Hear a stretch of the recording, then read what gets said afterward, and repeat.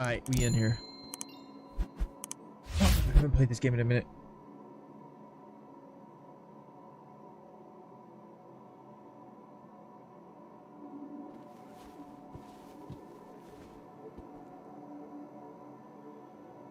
Bro, I don't... No, I'm good. I don't buy bots for followers. Actually, against TOS, if they ever find out. I'd rather go... Yeah, I'd just rather go my own way. 100% against TOS to buy bots and followers. Actually, against Twitch's TOS to follow for follow. Actually, I don't know if people know that as well. So like when you follow somebody and they follow you right back, oh yeah, follow for follow. Actually against TOS as well. Get banned for that shit too.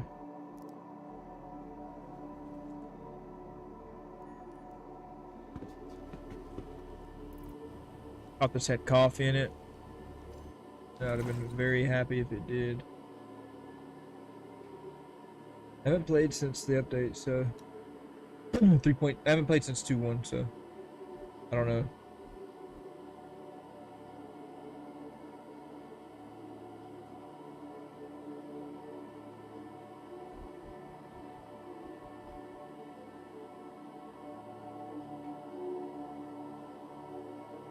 Damn, I got a lot of gear.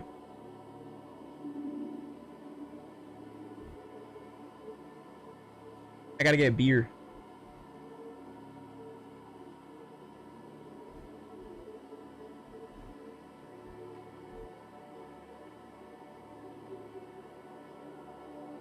But I'm at the right spot to get it.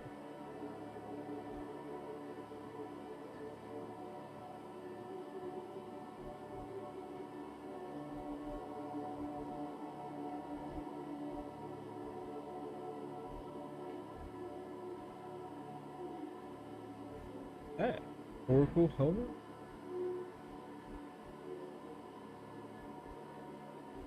It looked like that. Let's head out of here.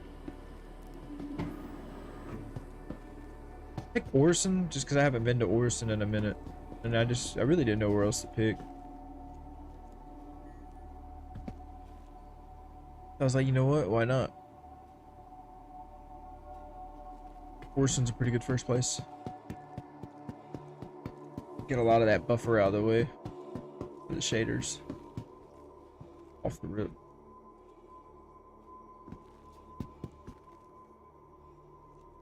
Kind of interested in to see what stuff they've done, if they've done anything from the con that they did. I watched some of this stuff. The prone movement was cool to me. But that's definitely, I think, going to be entered in, like, I don't think it's into the game yet. But it was like, I don't know if you guys seen it, but it was like the prone movement. So like moving around was more of not on the hip, like the hips. You don't do the hip, like this hip movement anymore. It's more of like whole body movement. It's a lot smoother. It looks a lot better. I'm not even gonna lie. I was actually kind of ready for it. That, I know that there's a couple things like interactions and stuff like that have changed. Hi, welcome. Certain interactions on certain stuff. But I haven't ran into anything. There's a few more items than what's on display. What terminal? Y'all have a terminal? Where?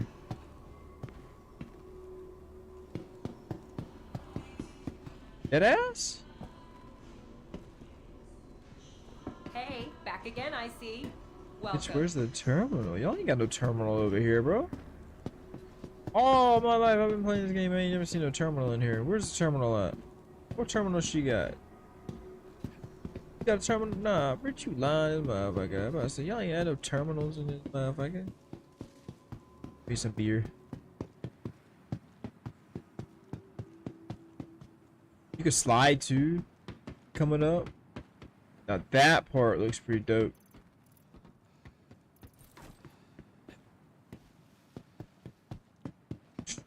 Start sliding everywhere.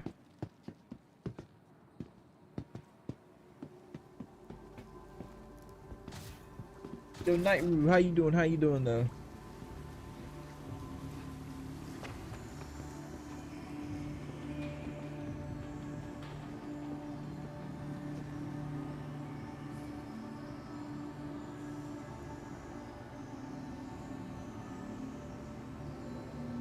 It's an NPC, nothing just but underwear.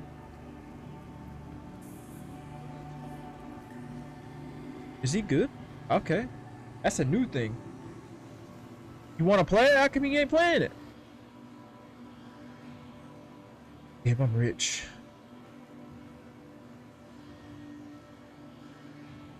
You don't have the game? Computer took a dump. What do you mean? What happened? What happened?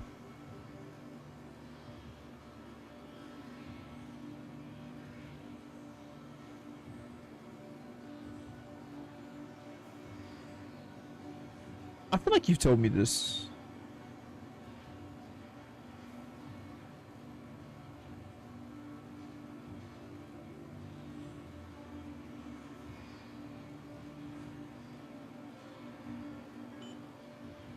Did they take us? They didn't take substances then, did they? They did. Why can't I buy a beer? Damn. You just gotta get a new power supply, or did it kill everything?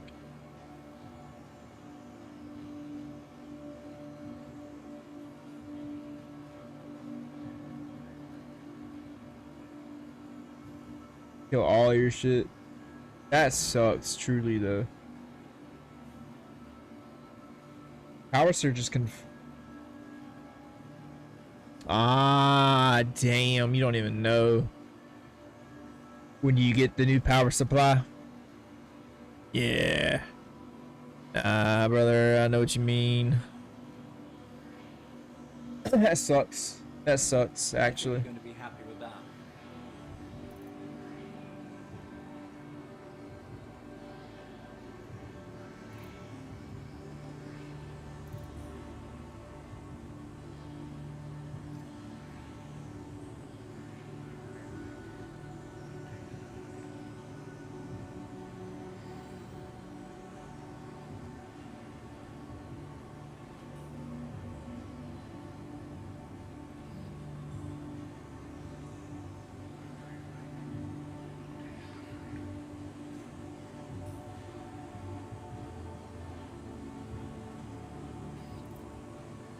Gotta be dripped out, bro.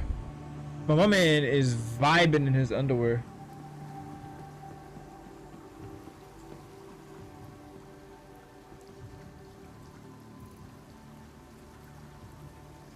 Give me my nice cold beer. I'm good to go, guys. Yeah.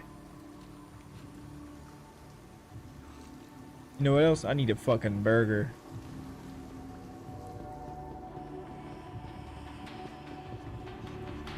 Wham's upstairs, right?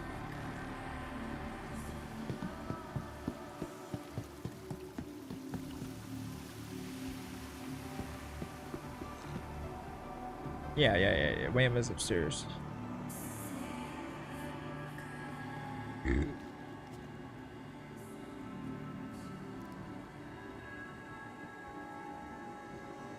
Hi, welcome to the store. What's good, bro? Let me get a motherfucking. Get that deluxe.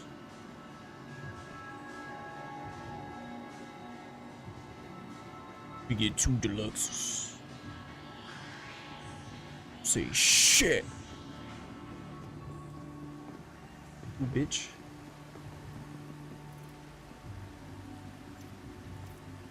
Alright, we need another beer and we're on our way. Let's see what we got, so we can get ourselves into today, chat. No, I need that beer, man.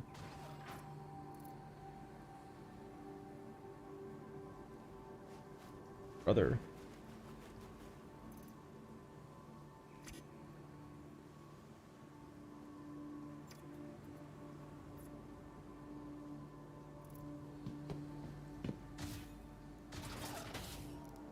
when I need a beer, I need it now.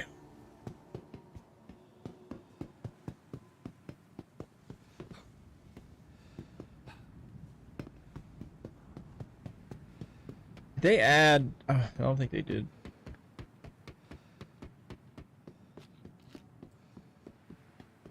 I wish the Siege of Orison place was still here. Actually, I want to go see if they added it.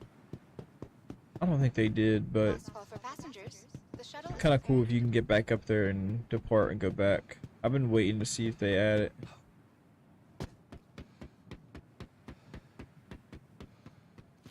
I doubt they did, though. I doubt they did.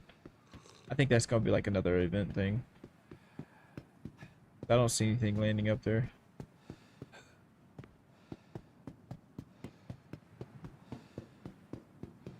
I don't need to buy anything either, like ship wise, because I think I've got everything. I don't think they took your ships from us this game.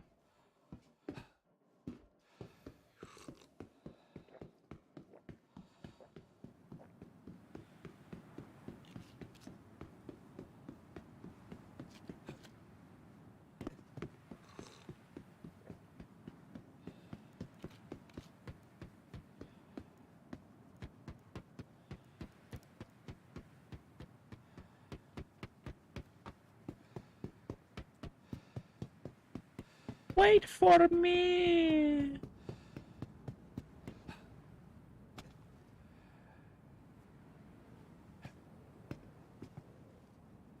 Oh fuck, somebody's hammerhead?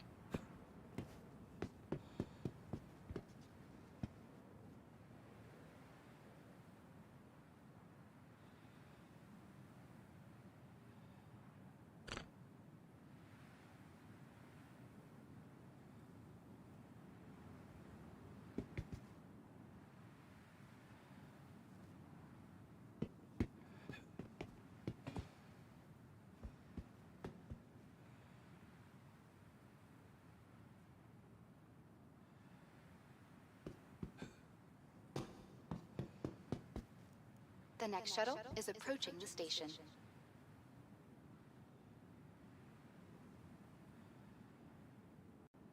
Let's get it. Oh, she's shaky. I don't know about that one. Last call for passengers. The shuttle is preparing. Who's driving this thing? Because it's just shaking. Sit number Please one, clear the boy. hatch. Shuttle will be departing.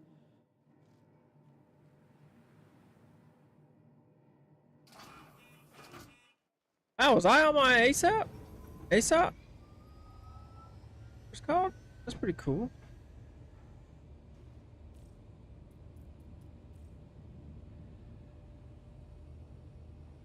It's a pretty cool animation that they added.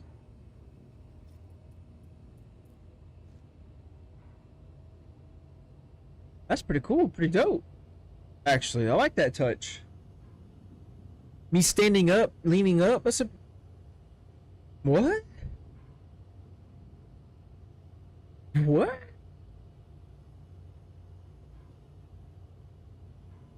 I like this better than... Fucking, you know what I'm saying? Nice touch.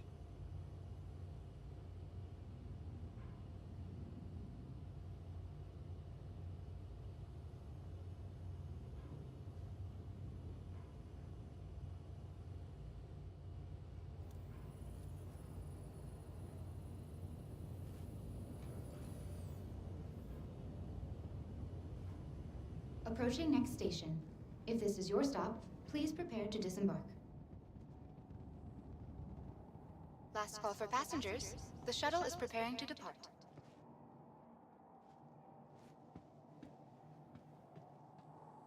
Please clear the hatch.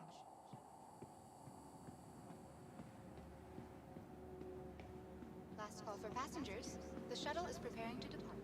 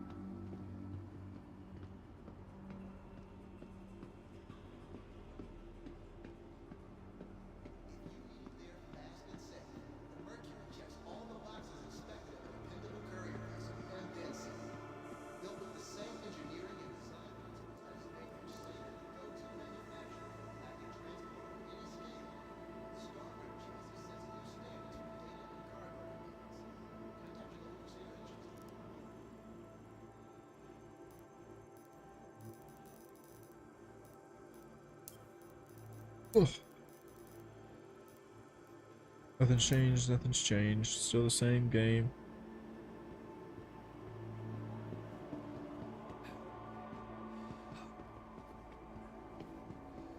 As part of our ongoing Crusader Cares program to improve the lives of everyone in the Empire, Crusader Industries will be donating 10% of all spaceport food sales to help stamp out hunger. Together, we're making a difference. Welcome to the ASOC Vehicle Retrieval System.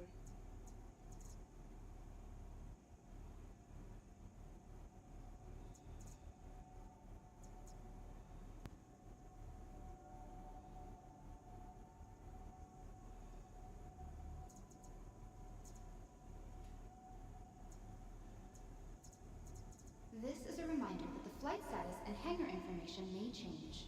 Be sure to double-check flight information on your MobiGlass or one of the conveniently located information signs throughout the terminals.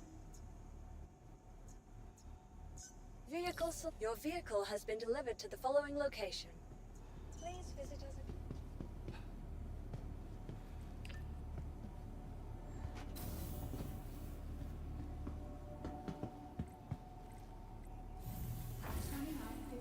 Marks the centennial anniversary.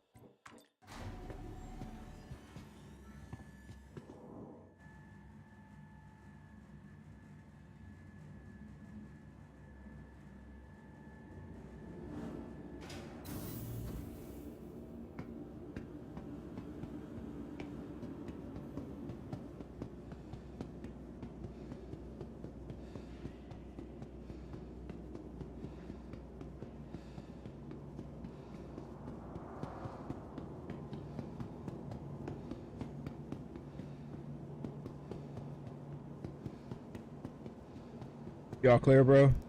Is he good to go? Alright, factual. I'm gonna open these fucking doors.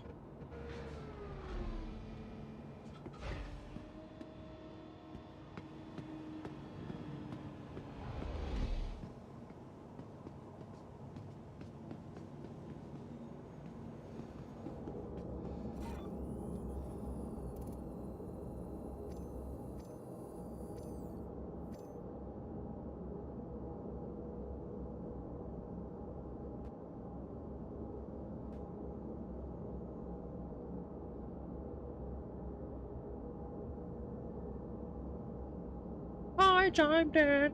Haven't you people ever heard of? Open up the door now.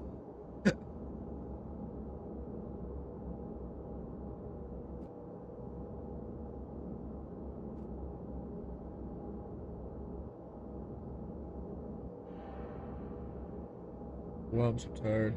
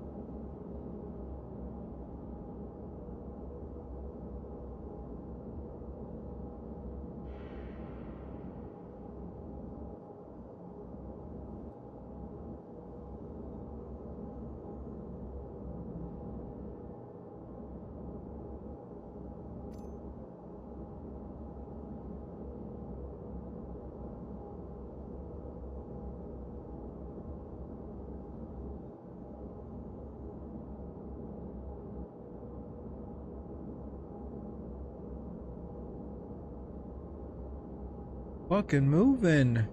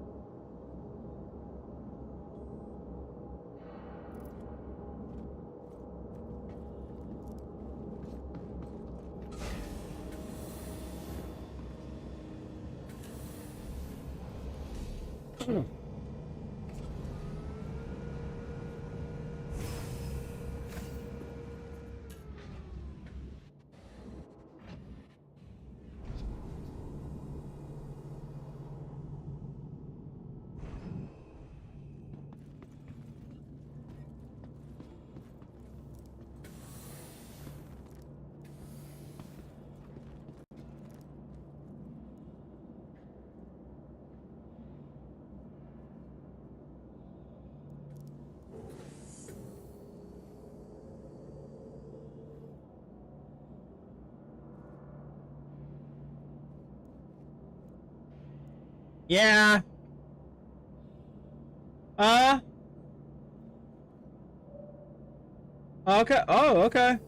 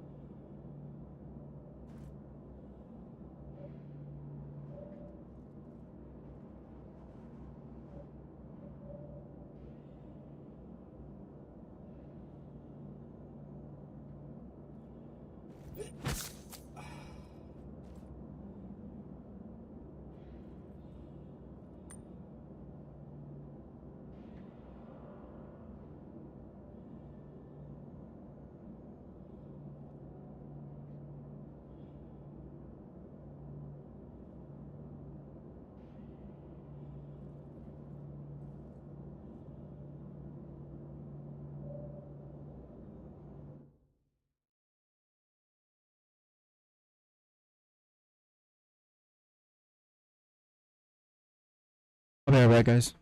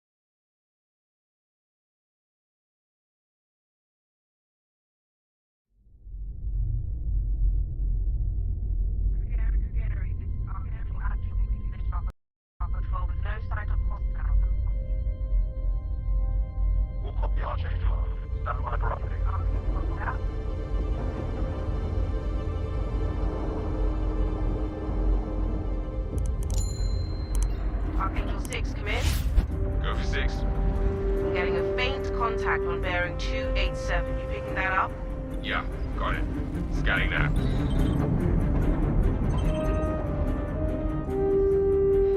We're clear. Commercial vessel out of Vega 3. Provided that civilian traffic is restricted under lockdown. Copy that. We got bad guys. RJ, this is Krugeri.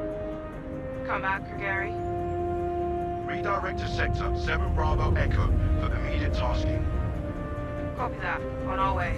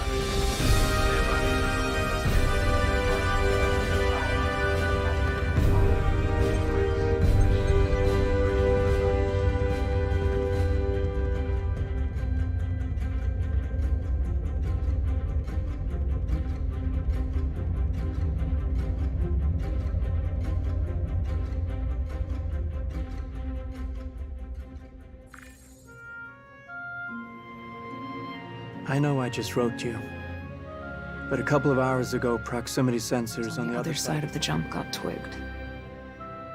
Word is it might be that clan we've been battling with. I guess that last fight didn't scare them off quite like we all hoped it would. Honestly, we've been out here so long, I don't know what to pull for anymore. I just wanted to let you know.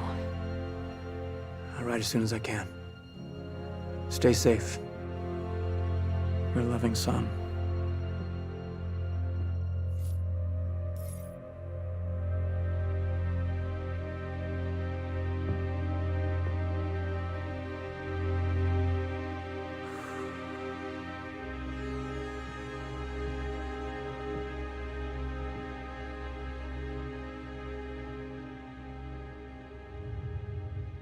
Never gets old, does it? Sir. Eddies. I used to do the same thing when I was first coming up. Post up to the flight deck whenever I could to watch the launches.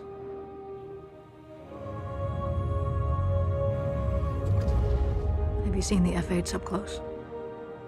No, sir. The thing's a beast. Nimble, too. 12 maneuvering thrusters and 3 mains. It sure sounds like it. Sir. Captain McLaren to the bridge. Captain McLaren to the bridge.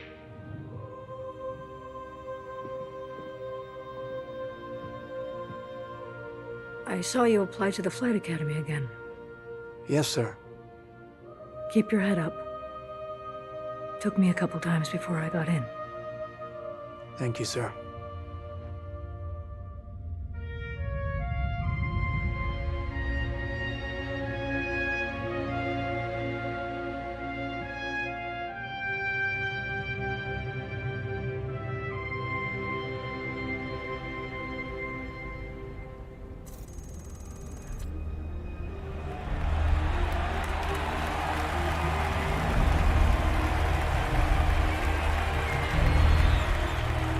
Welcome to Cloud Imperium Games Manchester Studio. I'm Chris Roberts, and I'm pleased to announce we have just passed a major milestone. Squadron 42 is now feature complete and has entered its polish phase. To celebrate this milestone, we've gathered some of our core leadership together to share what this means.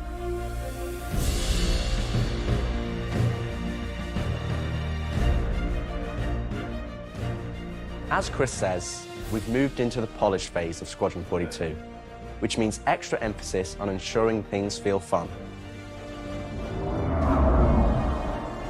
This means focusing on the small and large elements of the game, such as dialing in combat encounters. but also looking at the feel of how you control your character or vehicle and making sure it's immersive as possible. We've paid extra attention to how your character reacts when in their ship, so that you feel like an actual pilot, whether that's firing your weapons, taking hits, or punching the afterburners to get to cover. Ship AI has also seen huge improvements, with closer engagement distances and more varied behaviors, and with our new precision targeting mode, the action has never been as close.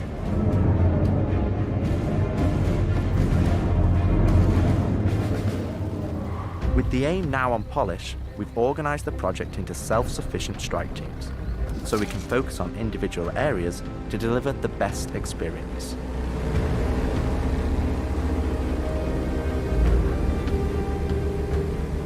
Get out of sight, the cutlass is gonna spot you. This allows us to bring all disciplines together, with a unified vision of enhancing the gameplay by seamlessly blending it with polished visuals, final cinematic performances, and our ever-improving technology.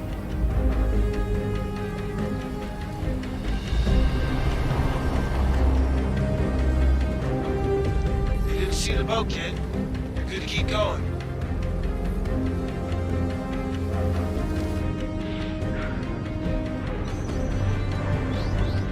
We're also dialing in gameplay features, such as the ship flight model, for both atmosphere and space, which covers master modes, control surfaces, and our gold standard HUD and MFDs. Our interaction system for both the world and your character have also seen additional improvements, allowing us to hone and craft environmental puzzles unique to each location, while allowing us to tell the story of the world around you.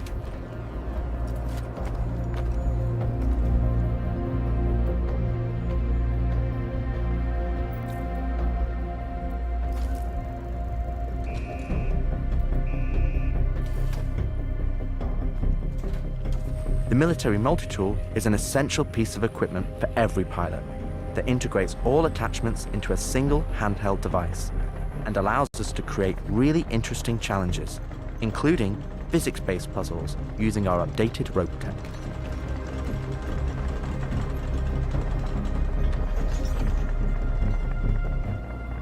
Unidentified vessels? This is the UEE Navy. Power down your ships and stand by for processing.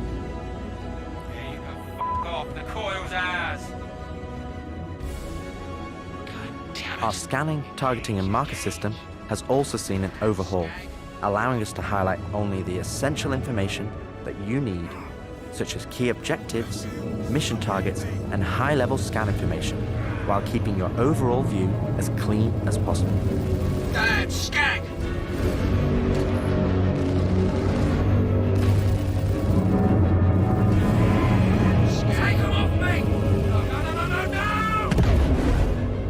Tactical FPS combat and stealth, which has seen a suite of improvements, from improved looting, weapon feel and balance, realistic scopes, and smoother locomotion, alongside our new and improved FPS radar and scanner that provides you an overview of the battlefield, but at the cost of ramping up your own emissions. We've also seen the introduction of our Maelstrom-powered destructible environment, which adds a layer of dynamism to the experience, alongside our improved AI, that can now have hundreds of combinations of traits that allow us to create unique and challenging combat encounters that really push your tactical awareness and skill.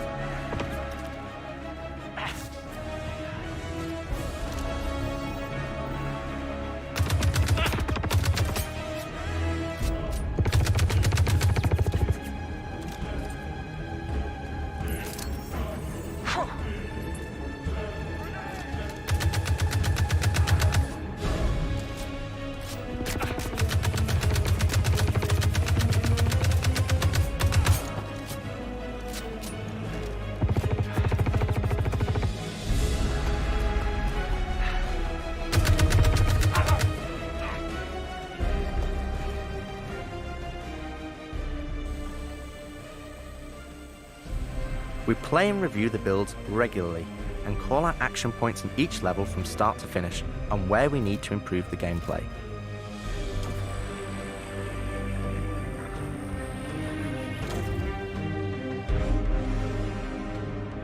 This is an incredibly rewarding stage of development for me and the team, as the ultimate vision of the game is realized, allowing us to craft an experience that we can be really proud of. One specific area that I'm excited to dial in is the feeling of the player interacting with the world around them. Patching you in. As it's a core component of Squadron and really grounds the world that you inhabit. We've made sure that any interaction in the environment is physically represented by a character animation to keep you in the moment and fully immerse you in the experience that we've created.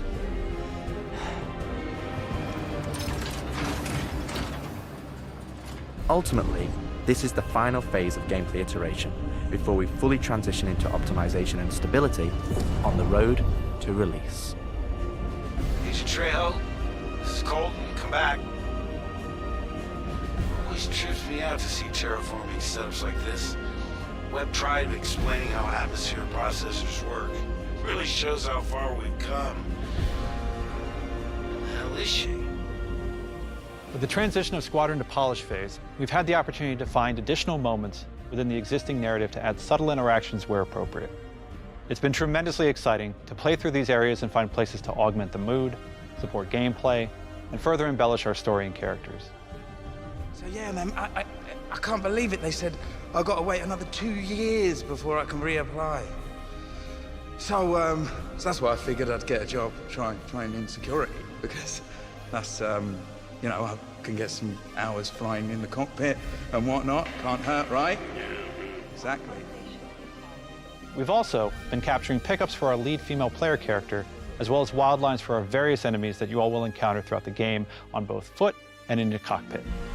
These consist of a range of responses and reactions that you as the player can trigger, which has been the culmination of efforts by the gameplay and AI teams. This means that you're going to have to tangle with some very smart and reactive bad guys to complete your mission.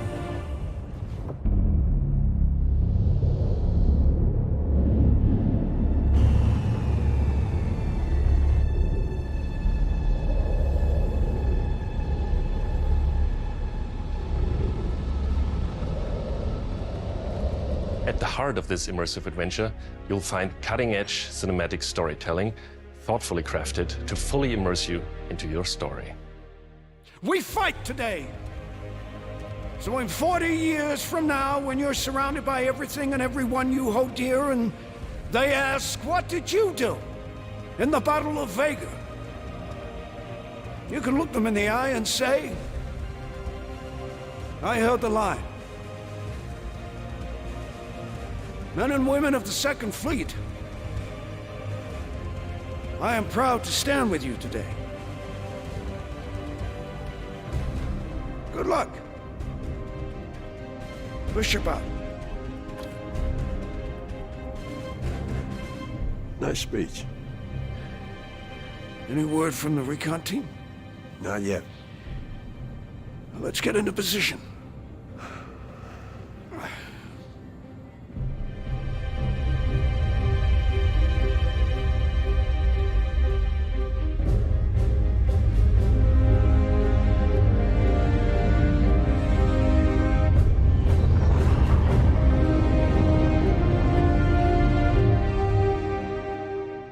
Throughout the polish phase, our team is taking every opportunity to push things to the next level. Tell me you're expecting company? This is not good. The Cine team is focused on finalizing edit lock on all of our big action as well as all smaller character sequences. I could have pulled this off of the Galactopedia. Yeah, probably, but I think their solar mass calculations are wrong, though. Well, this is ridiculous. How so? We are now able to adjust our shot composition to final cameras thanks to recently crafted space vistas and level art being content complete now. It'd be nice to know how much of a shitstorm we're flying into. More like a hellstorm, Blue. One you ain't gonna fly out of. Shut up. Now, I hadn't seen another ship that wasn't trying to kill me in days, let alone a hauler, let alone a Jean. So you can imagine my surprise. Detailed lighting passes can be done on hero sequences so we can show our cast and convey their emotions in the best light possible. And we're making sure our cinematics are triggering as fluid as we can craft them, so they form a coherent concerto with the rest of the player's narrative experience. Mr. Wexler, this is Lieutenant Commander Colton. Oh, Commander, hey. Julian Wexler, I'm the field manager of this little operation. Welcome aboard the Archon. What brings the Navy to this little corner of the universe? We got you flying with Lieutenant Commander Colton. He's one of our best. As others will share, this is the most rewarding chapter of development, which allows us to truly experience the visceral and oftentimes emotional moments that our narrative provides. How did you handle it after Vega? I'm not sure I handled anything. It helps to remember that stuff like this is supposed to hurt. I've never been good at dealing with problems I can't fix. Well, this is one that you don't have to do alone. That's good to know. For the animation teams, polish phase means refining the social aspects of Squadron 42 that occur between the various missions and getting the behaviors implemented across all of its chapters. Here we're dialing in the hangar to make it as immersive and believable an experience as possible. That'll do it. Done. Okay, all right. Pardon me. Let's do this. I have to switch out some of the interchange on the hangar deck. We're getting a weird airflow. Turning out the another stuff.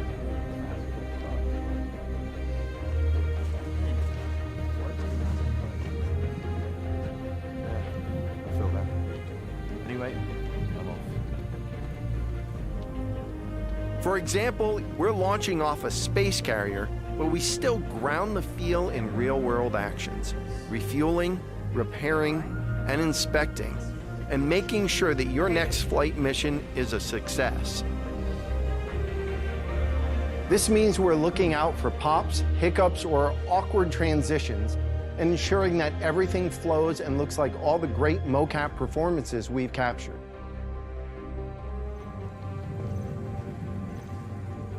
Let's ready some extra ice packs out of storage.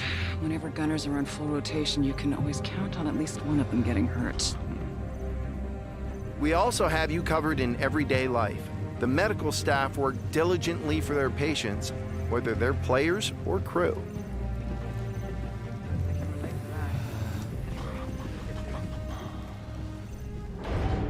We really want you to feel part of an authentic crew, an important part of the UEE Navy in an enormous universe of people going about their everyday lives.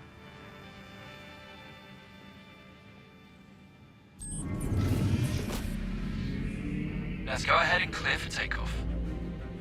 Ground crew, prep bay for takeoff. Copy that. Hangar, ready for launch. Takeoff approved, Baron 2. You have the ball.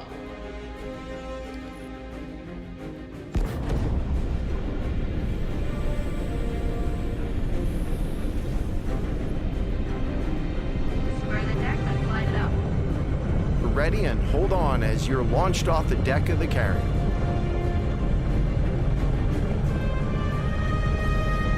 Baron 2, you are cleared for launch. Have a safe flight, Baron 2.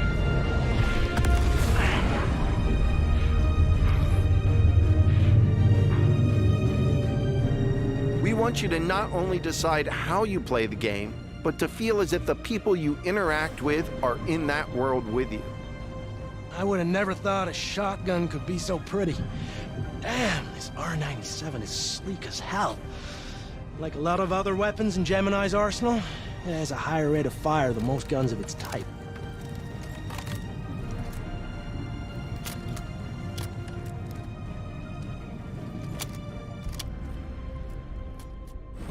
We're working to support a feel of authenticity through world traversals, running, jumping, and climbing, interactions with objects and the environment,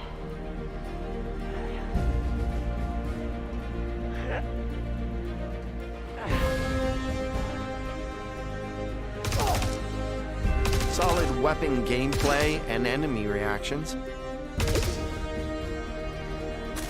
as well as combat realities, such as weapon malfunctions.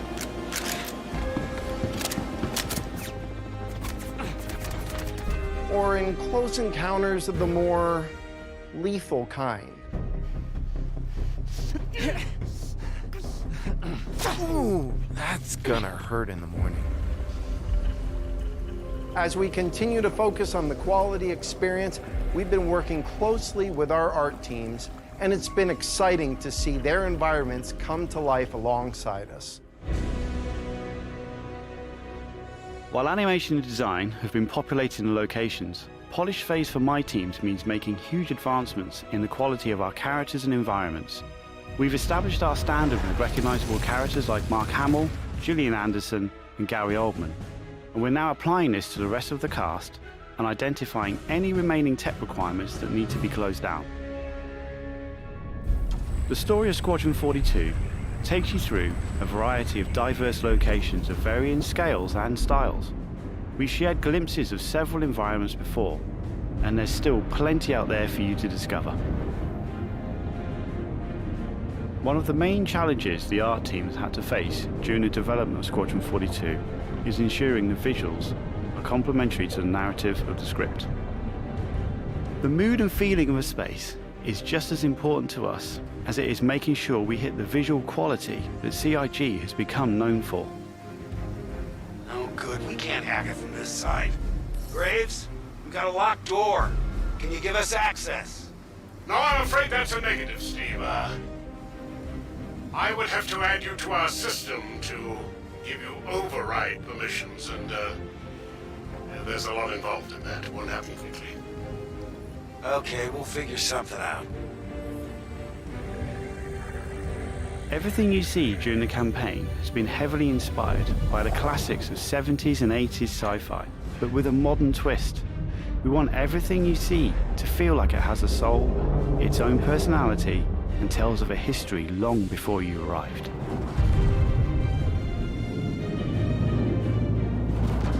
Crafting interesting flight spaces and their connecting tissue has been one of the more unique challenges we've needed to overcome for Squadron. Developing our VDB tech to blend seamlessly between tighter traversal spaces and into wider space vistas and planets has proved incredibly difficult but rewarding, ensuring that Squadron flows seamlessly from one chapter to the next, without interruption. Creating a diverse array of locations is essential to us. Our environments need to work from a variety of scales. We need to pay close attention to detail, whether we're working in a dirty engineering vent or navigating the debris of a dying star, wondering what may be around that next corner, or even who may live there, how would they have survived, and what state of mind may they be in. Yes, I've been speaking with engineering and they think it might be a problem. Yeah, I'll make sure. I'm happy about it.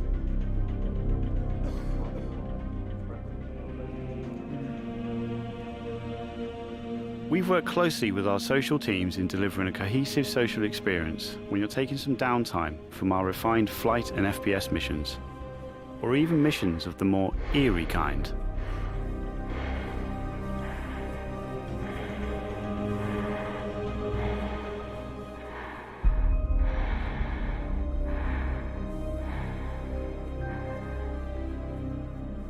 We'll be introducing new space stations on a massive scale, all brought together and designed to be as tangible as possible. We've thought about their function, their age, and tried to ensure there's a progression in artistic style with each station as you progress through the game.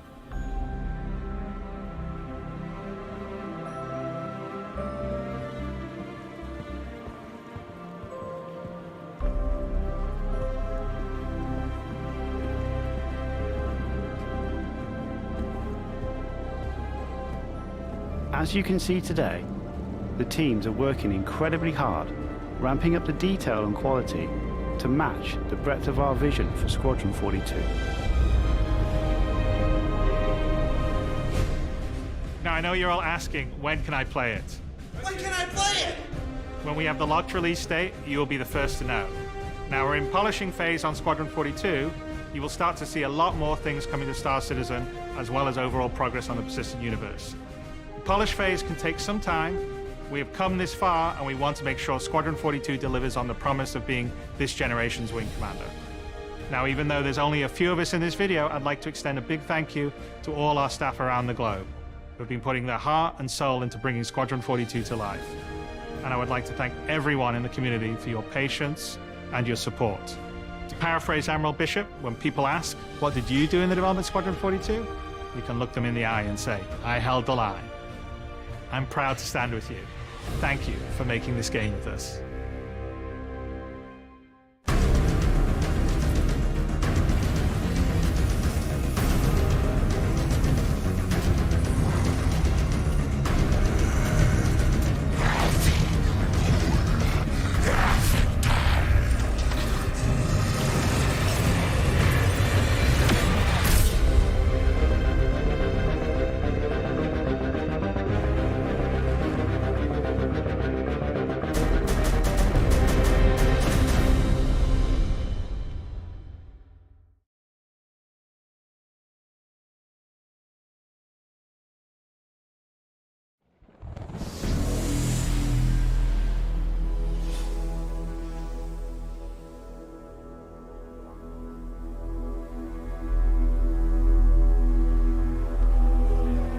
Hello, everyone!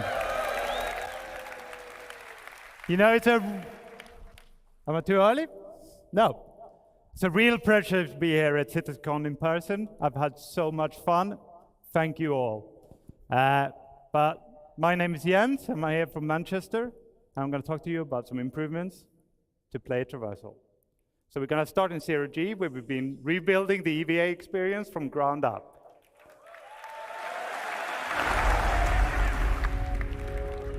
So the first thing you should see is that we've made the exit from gravity less disorientating.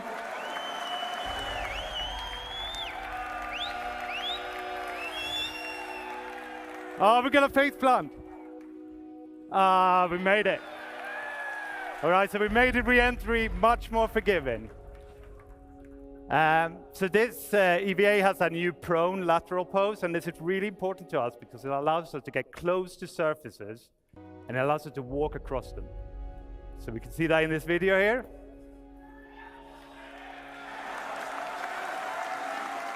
Okay, and as it gets to the end, we're going to jump off. Okay, here we go, into that. And this smaller profile lets us get into spaces we couldn't get into before, or not easily with the old EVA. We're going to traverse through here, thread the needle, and also the collision is much more forgiving. We're going to slide off at slower speeds, so we're not going to be spinning away. Okay, big reveal. Love this station. This is amazing. And we're also adding grips, so in interiors, you might be able to hold on to grips to do interactions and walk between the grips to get better control. Now, thank you very much. So now prone has long been a problem motion set for us, right? But taking these EVA posing solutions we saw, we can now rotate around the camera without any lateral translation. So we're not rotating around the hips anymore. And it allows you to aim much better. We're also not moving the body, so we don't need to worry about the external collisions anymore, right? We're not going to get pushed around.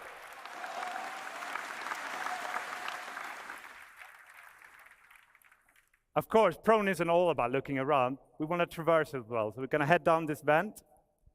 And here we put in a new collision style. So this is all about letting you have control in narrow, small spaces, smaller than this. We're going to be able to push around the corners. We're going to go run tight bends. And we're going to be able to reliably go up and down slopes.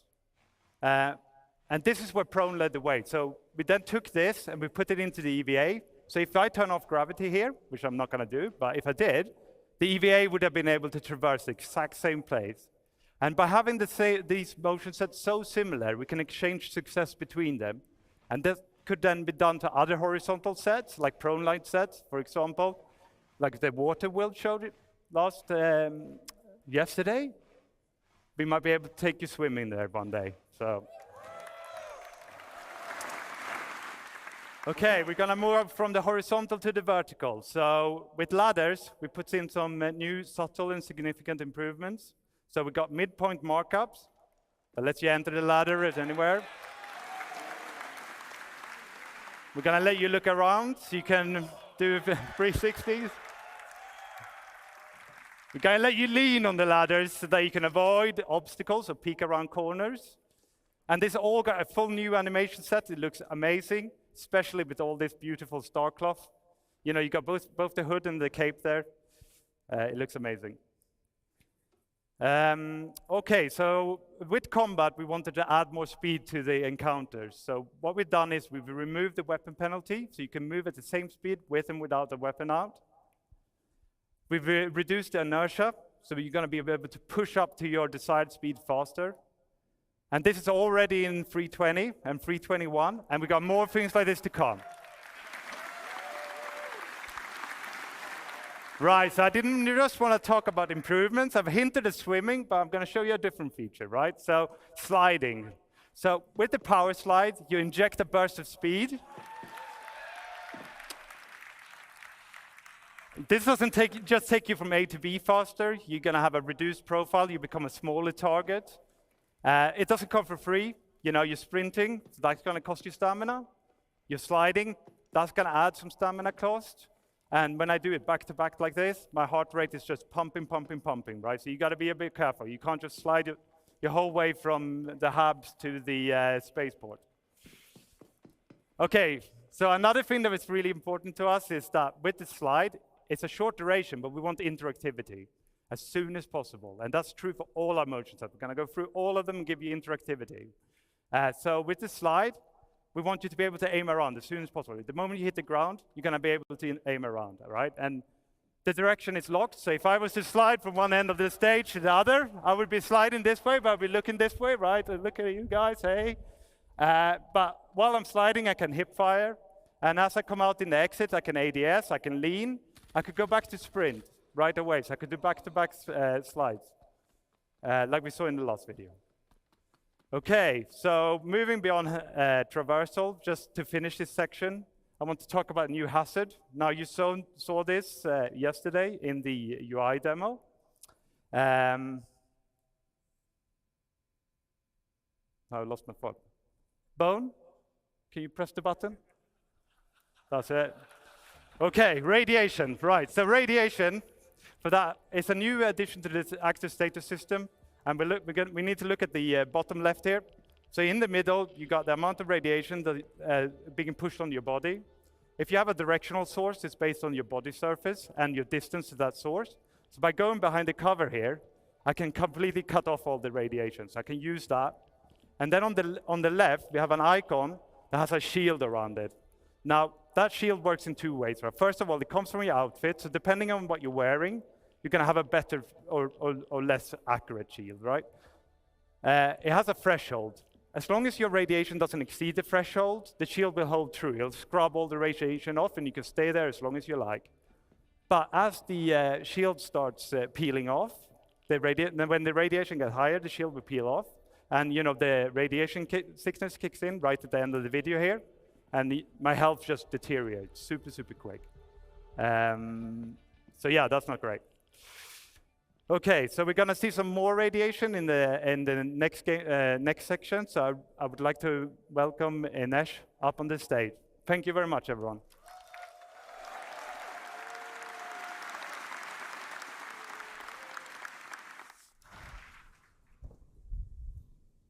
Why are we showing that?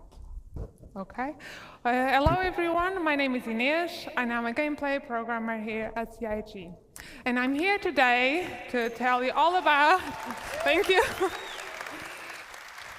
And I'm here today to tell you all about the features we've been working on to improve the player interaction experience with the physical objects in the world.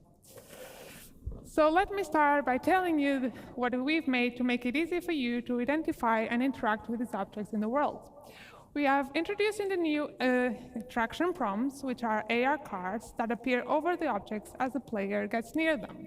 These, combining with scanning, will help the player to easily identify the interactable objects in the scene.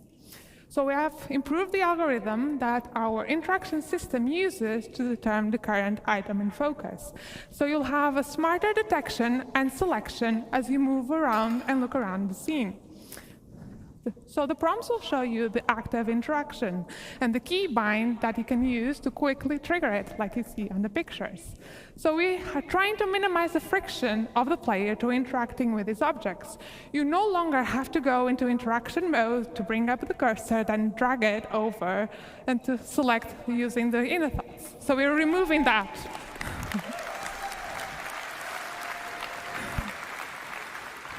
So what happens if an object has more than one interaction? Well, for that, you can just simply hold F, and this will bring you the new interaction wheel. So this is our new interaction wheel. It will be focusing on the item. And you can see that up to 2 of the interactions have a star icon. So this is related to another system that you are bringing to you that we call in the default item actions. So this allows us to have a primary interaction, that's the one that shows on the prompt, and a secondary interaction. So these are default actions that you can easily trigger using shortcuts. So these actions will change based on the combination of the item, the player, and the environment state. And although designers do choose the default actions that we bring to you, you are fully able to customize them to fit your preferences and playing style. So let's take a look at this in action. Here you can see the prompts that change depending on your focus. So let's bring up the wheel. And I really like my plushes, so I want to inspect them when I find them around. So I'm changing that to my primary. And you'll see that does not affect only the item they're interacting with, but any item that falls into the same category.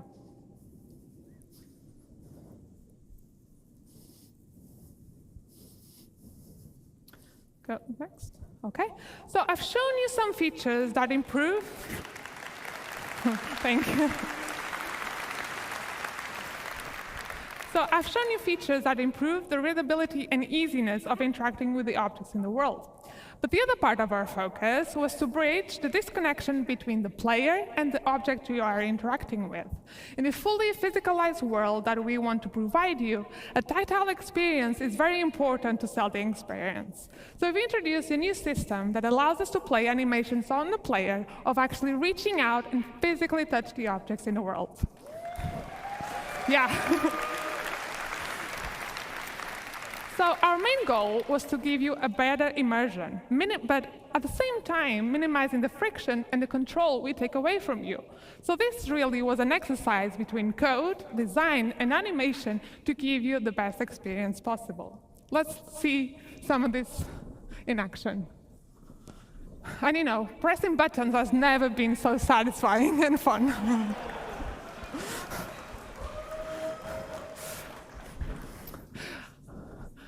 And I just kind of like go.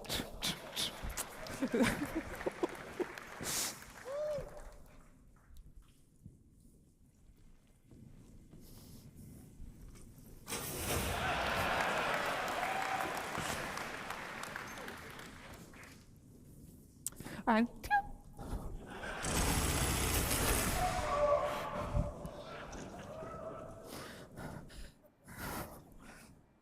OK, so let's continue with this theme of tactile experiences. The next thing I want to talk to you about are usable interactables. So usables are objects that have existed in our game for a very long time. And designers have had a variety of tools to build these really interesting and complex sequences for the AI. But up until now, what we could do for the player was very limited. So this past year, we've been building up our tools that provided for designers that designers could build these really interactive experiences, but for the player. And the advantage of using the usable system is that anything that the player will be able to do, the AI will also be able to do. So let's have a look at a simple demo that one of our designers put together to see what we can now achieve. So in this scenario, the player has to go forward but can't go forward because of the toxic water. So he has to go over to the valve to turn off the water. So before, we could maybe play a simple animation when you interacted, but now designers can give full manual control to you. So you, by pressing the specific inputs, you will be driving the system. So, but this is not enough. We needed to be able to give designers a way to translate what the player is currently doing and affect other objects in the world in specific ways. So this is what is happening here. As the player is turning the valve, is controlling the flow of the water that's coming from the pipes. And what should happen when the player is no longer in control? Do we want to keep the state, revert back to the initial one, or maybe trigger something else altogether? Well, it's up to designers to define the type of experience they want to bring to you. So let's finally turn off that valve, rush over before that broken valve starts turning off, and then see another small example.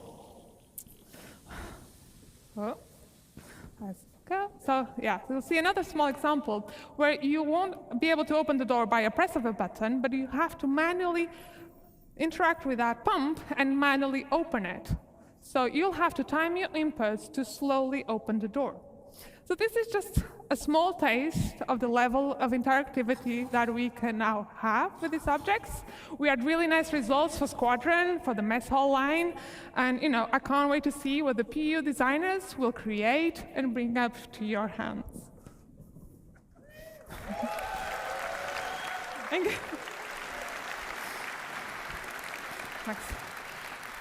Okay, let's quickly talk about kiosks and terminals. And let's be honest, it's really hard to interact and get a good view of these ones. So we made a small little changes to make it easier for you. We've created a new focus mode that will walk the player to perfectly align with the kiosks. So we can better perfectly frame the screen on the viewport. At this point, the interactive screen will steal the input focus until you actively chooses to leave. So let's take a look at this in action. And look at that, when you trigger it, and yeah, so this is a very small quality of life improvement, but it will make it much easier for you to interact with its kiosks. And finally, let's talk about looting. This is our new looting screen. It's not replacing the inventory, but it will be used when you're looting a body or any other lootable that you find in the world. It was specifically designed to improve this experience. So since looting is a common action during FPS combat, especially if you haven't fully prepared ahead, we wanted to make it as easier and quick as possible, so you could spend the minimum amount of time to grab any items you need from your target. So it displays the current loadout and a simplified version of the inventory. Looting favors speediness, while the inventory is there so you can fully manage your loadout. So we're still actively working on it, and this is especially on the UI and art, but I want to give you a little sneak peek how this all works.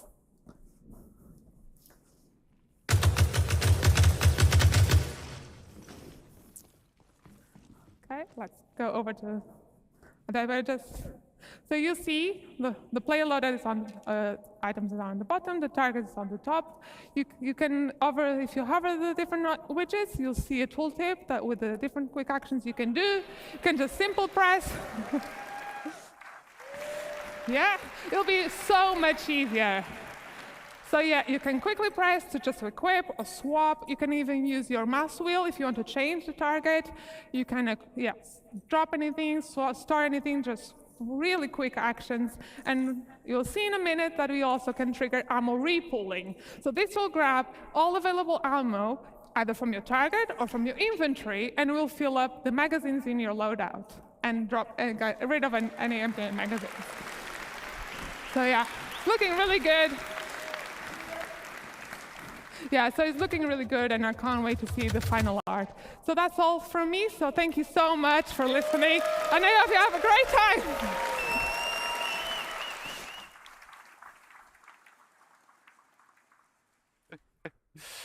Right, hello everyone. For those who cannot remember, my name is Jens, and I'm now going to talk to you about some changes we made to our stealth gameplay, and I'm going to give you an update on weaponware. Right, so takedowns is an important part of our stealth encounters. So this is where we're going to add some player skill progression. So going to move you through different action sets. You're gonna start out by struggling. You might fail. Of course, this sort of added time and the extra noise you're making is really gonna increase the risk of detection. You're gonna get faster the more you do it, and then you're gonna reach maximum efficiency. Check this one out. So he's so fast you can barely see him do it, and then he guides the body to the floor, so it makes almost no noise, right? We're gonna explore some more variation beyond our unarmed and our knife takedowns, like sedative injection pens and contextual takedowns. So this guy on the railing here, let's see what we can do about him. So by using the environment, we can do a more efficient takedown than maybe our skill level would have allowed. And it certainly looks a lot cooler. And we're going to be able to use this to get to enemies that might be otherwise difficult to get to with our normal takedowns, like a pilot strapped into his pilot seat, you know, sneak up on him and take him out. Okay, so in that last video, we incapacitated that enemy a lot. I'm going to introduce you to a new weapon, a new item, sorry, and that's the restraints. So with the restraints, okay, let's take him down first. One more. Oh. Okay, so with the restraints, we're going to turn him over. We're going to cuff his hands. We're going to cuff his legs.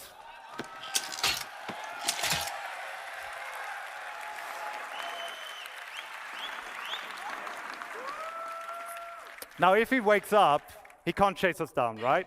But he could call out for help. So what we're going to do as well is we're going to add places in the environment where you can stash a body. You can hide them, either unconscious or dead. And that way, it should be easier to remain undetected and keep you in that stealth bubble. Now, this is another thing we talked about in the UI demo, which is the ping. And we saw it in Inesh's presentation, how she did a short ping to highlight a door pump. Now, of course, we allow you now to charge up that ping. And by doing so, we can see further, and we can see through obstacles, and we can populate more information into our data bank that then shows up in our box outs here. So you get the name, and you maybe get the race, and maybe the faction. And you can use this information to figure out where is the weak link, which enemies can I take down without being discovered. There's a risk here, okay? So there's a charge up time, means you can't do it all the time. It's going to recharge slowly. You see the bar at the top slowly going down. Until that goes all the way down, I can't ping. I can't even do a short ping. And it's going to spike my emissions or my signature. So an enemy with the right equipment or tech level might discover me. Okay, so let's move on to some talk about weaponware. So here we're going to see a simulation of a weapon getting more and more worn over time.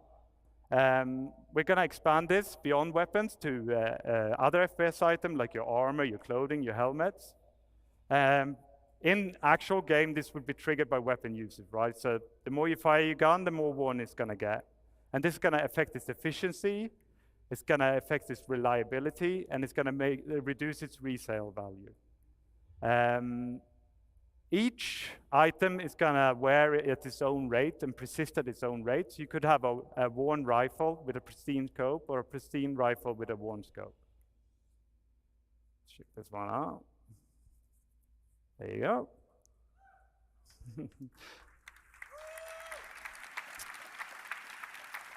So the geometry isn't the only thing that's going to change as your weapon wears. So here we're going to see a pristine Gemini pistol in the little window and a worn one in the big window. And you can see the visual effects. It's belching out smoke here because it's very worn, right? It's telling you, you know, it's time to get this one changed. And you should be able to hear the audio as well. It's get growlier. Okay, on to some consequences. So it's not all visual, so we're going to start with misfire. So the first thing that's going to happen is you press the trigger, your gun doesn't fire. The second thing that happens in this video, you got... I hope you guys know what's happening. So you go, and then it goes click. That's the bullet getting lodged in the chamber, right? So we've got to fix it. So it's telling us to fix it. We're hitting the button, Our enemy's firing on us. So you've got some options. You don't have to fix it. You could holster your gun. You could pull out a new gun. You could use that new looting interface ANS showed to grab a better gun. Okay. Okay, I'm going to finish this section with the features that's tangentially related to wear, and that's the dirt accumulation. So here again, we're going to see a simulation of dirt accumulating over time on the same rifles we saw before. But in the actual game, this would be based on your activities and the environment you're in. So if you're running around in a sandstorm, you're rolling in mud, you leave your gun outside proper storage, it's going to accumulate dirt. And that's going to increase the rate at which it wears. So the dirtier your gun is, the faster it will wear out. And this is true for other biome accumulations, like frost. So let's take a look at this one as well. Oh, or not. Okay, so yeah, so in the future it's going to be really important that you keep your guns clean and repaired. I'm now going to welcome Zach on stage, and he's going to talk to you more about the FPS weapons. Thank you very much.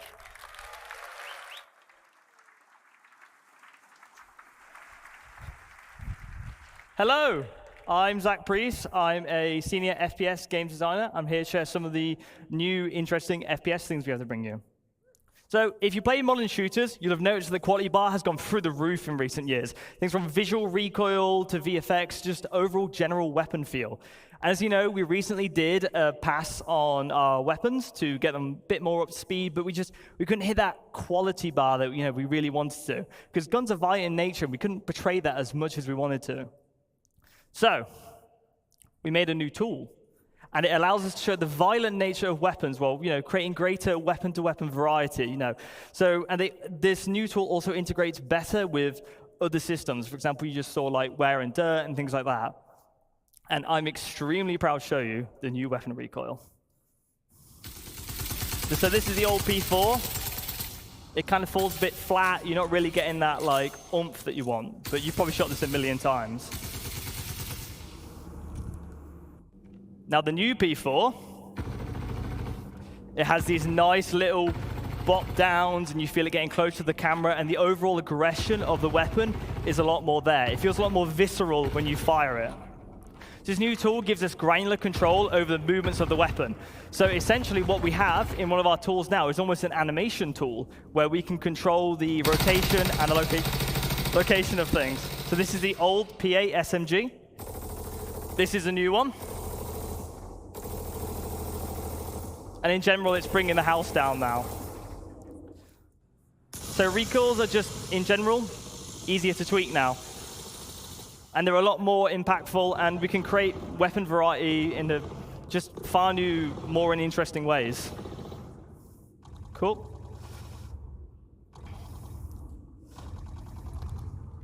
Okay. Thank you very much. Cheers. We also have new procedural animation over our ADS. So previously, if you play right now, you basically have a linear pose-to-pose transition.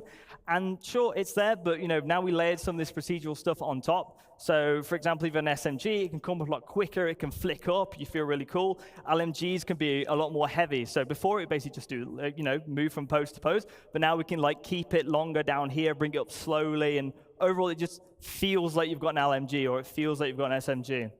We're just using things like, ease in and ease outs, and just give more life to the overall weapon. Oh, there we go. And we also have new iron sights. So sci-fi weapons are chonky. They're full of detail. They look really cool, but a lot of that detail can potentially get in the way sometimes. So you've seen, this is a change to the Kana, where we have raised the weapon sight and given what we call the target acquisition window more room to breathe. So if you're aiming at somebody, you can just generally see a lot more, so optics aren't a crutch anymore. So you can see this on the Ravager, and you can see this on the Custodian.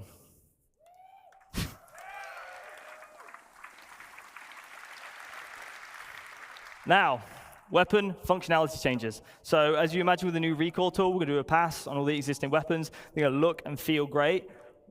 But while we were looking at our weapons, we also realized that some things don't necessarily, align with their manufacturer, right? You look at something like a Gemini pistol. Now, Gemini overall, it's rule of cool.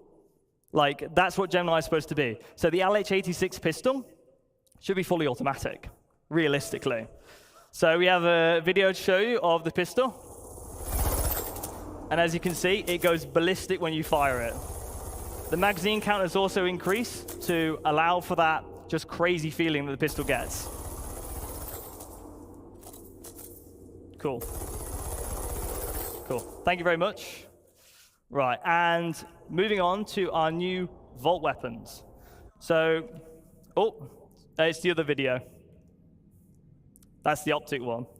There you go. Thank you. These are the Vault weapons. So, Vault is primarily based around controlling the heat of a weapon. These weapons have the potential to overheat. And if they overheat, you'll be unable to fire. And they will enact differently. So some weapons will just basically be beams from the get-go. Some will go into beams. Like you see, this one goes into a beam once it reaches a certain level of heat. And it's really fun because these are quite powerful weapons, and you basically want to manage the heat and keep it in that ideal spot. Okay, cool. And scope improvements. Now, this was shown yesterday, but I want to dig in a little bit more with this one. So. So, to get if anyone plays a modern FPS, they know the optics are just gorgeous now. In all modern shooters, they look fantastic. And as you can see, we have zoomed in optics in the center. So and then we have other things like parallax, like you see in real life. And they look gorgeous. And so, in general, all our sights and scopes have been overhauled to be more realistic with things like parallax, pincushion distortion, and things you'd expect from having a scope in general. And it differs manufacturer to manufacturer, right? So some things are purely digital, some things are purely physical. So if you get hit by an EMP grenade, for example, we're using something like a television sight, like something like Cluey might have, then your optic would turn off. All right. Thank you.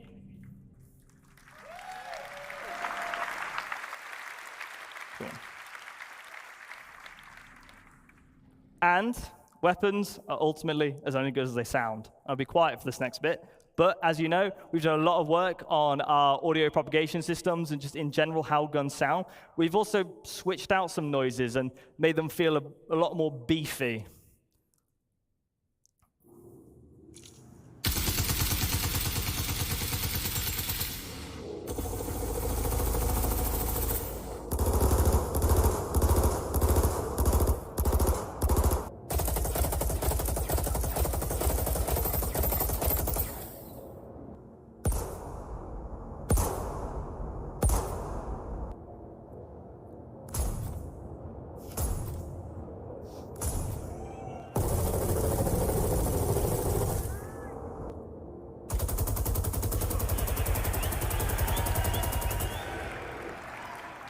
Fantastic. I think all of California heard us there. So, backpack reloading. In real-life combat scenarios, you often grab magazines from other surplus areas. I want to simulate that in our game. So, to show you this, we have something called backpack reloading. If you run out of ammo in Star Citizen, you have to open a menu, put things on. It's a little bit clunky, it's a little bit awkward. So if you have magazines in your backpack, you will now be able to grab them at the price of a longer reload animation. You will also be able to tell when you have a backpack reload coming up because it will be displayed on the inventory with the backpack symbol. So there's no surprises, no catching of. You have all the information you need. And this has been shown, and it's been teased a little bit, the dynamic crosshair. Now, no more third-party dynamic crosshair, well, crosshairs now. So, if you have a look at this, this is our new crosshair. It's a crosshair that fits the aesthetic of Star Citizen. It's a crosshair that follows the barrel of the weapon, so you'll see exactly where a bullet is going to land. And it's projected from the visor using AR. Some visors won't have access to this crosshair, but some will use modified combat lenses. So if you don't want to use the crosshair, you can just use a different visor. As you can see, it works with recoil, and overall, it just looks gorgeous. Cool. Cheers. And on to more data things. We're going to provide an improved PvE experience. the accuracy calculator for NPCs is coming over from Squadron 42. Some people have been playing it in the venue and here, and I've been harassing them, whoever's doing the hangar mission, to get their feedback, and it has been overwhelmingly positive. We also have new NPC archetypes, what we're temporarily calling the Juggernaut, which is basically a very high damage resistant enemy that has an LMG or a shotgun. As soon as they see you, they fire, they walk up to you. And overall, it's been playing amazingly, and I'm really happy for you guys, well, I'm really excited for you guys to get your hands on it at one point. PvP, we want to increase the time to kill. This allows for more varied weapon balancing. You know, we can lay into like sort of different aspects of the element more. It leads to higher skill ceiling and less unfair deaths. It will no longer be a game of whoever shoots whoever first. Speaking of which, force reactions. We're reworking them. We're aware it's frustrating, and we are going to rework the system to work beautifully. And we're also working on some other highly requested PvP changes. I'm very happy to say a lot of this work has been dialed in for Squadron 42, is in a very good state, and we're bringing this to you soon. Now, over to the AI director, Fran, to share some exciting updates on combat AI.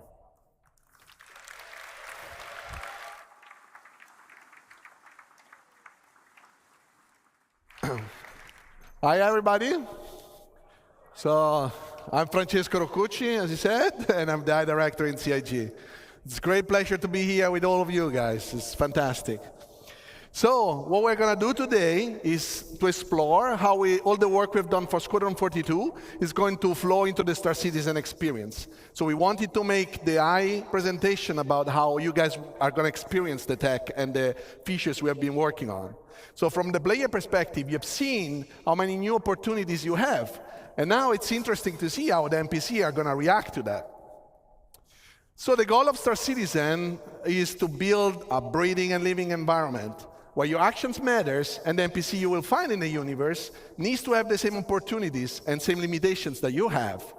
So when we play a game, we want you to spend the time that feels memorable, that feels special, right? Something you can remember and talk about. So we want you to give you a challenge over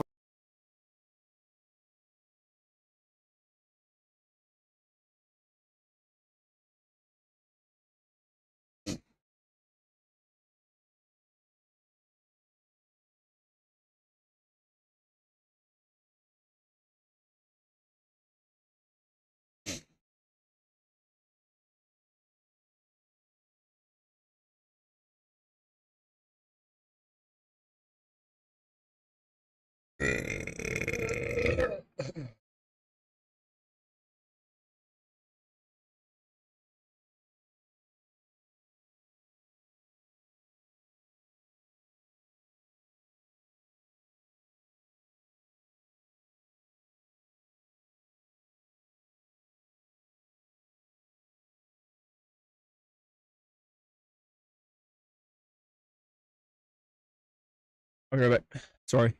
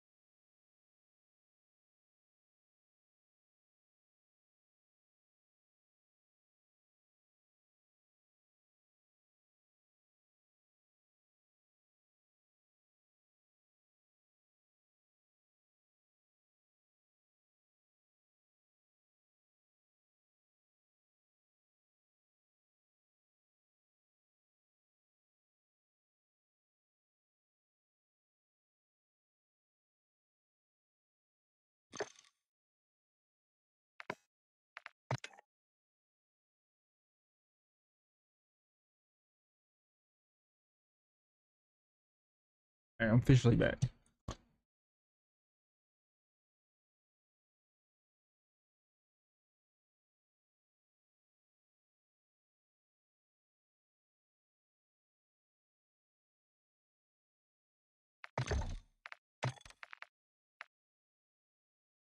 I just saw this video for this.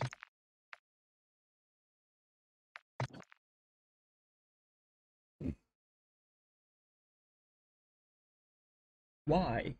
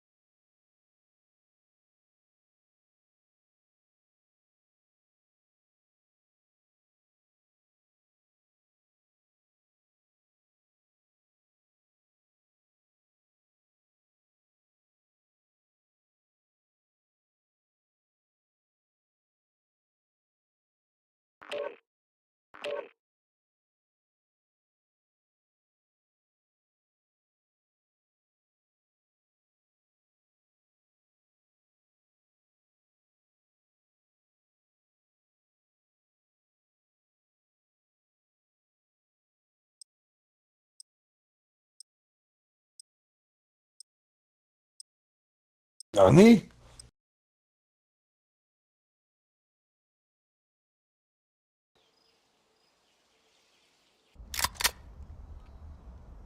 Hell yeah.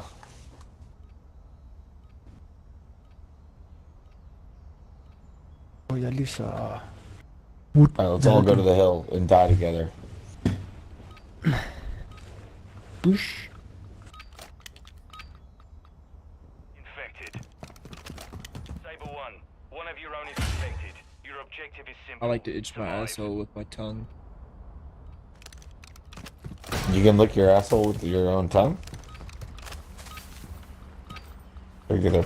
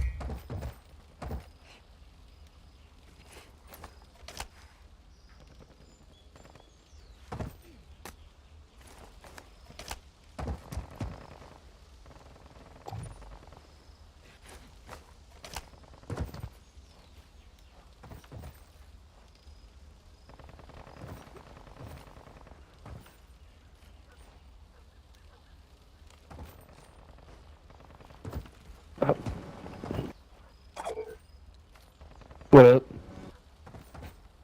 We've lost half the team, but you're still in this. Keep it up.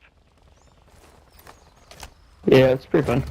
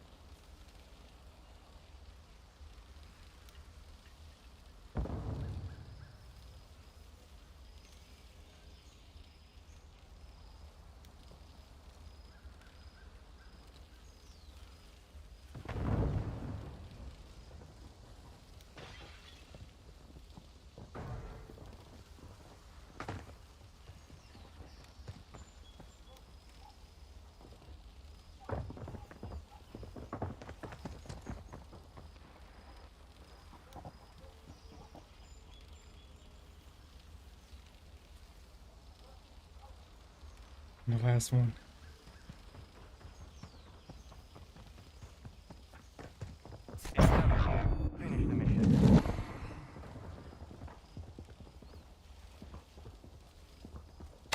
Blink.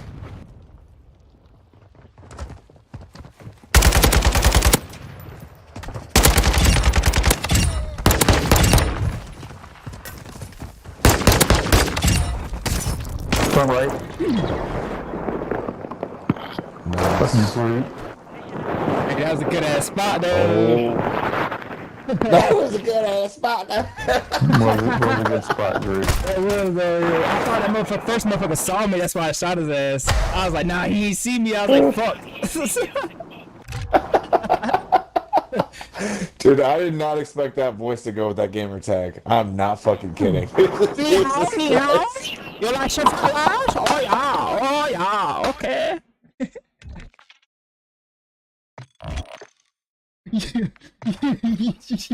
Let's go.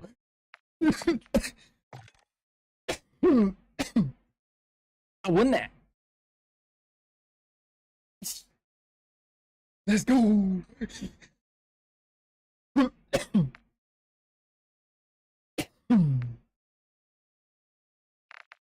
That's crazy. First game on and I win a match. Alright,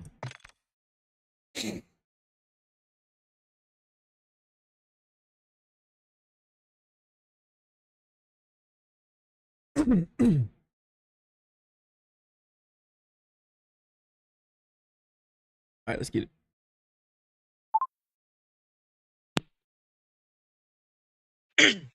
Okay. Oh yeah. Hello, people. How are you people today? Okay. You go to.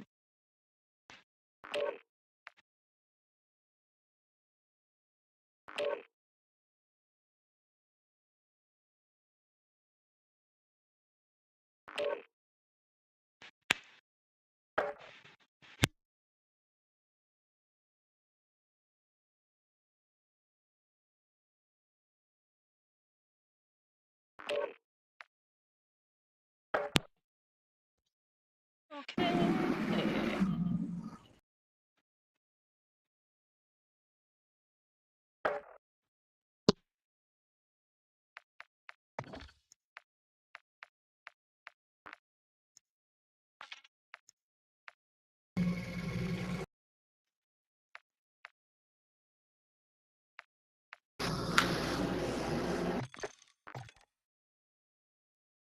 Who the fuck have a lot of spike? Crazy.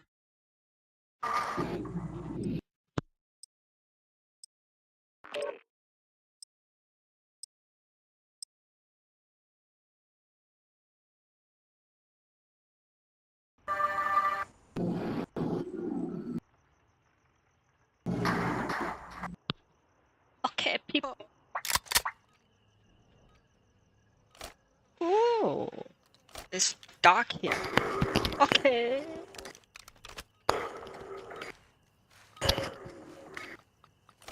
Pussy boy. Infected. All Saber, there's an infected among you. Eliminate the threat and stay alive. Ooh.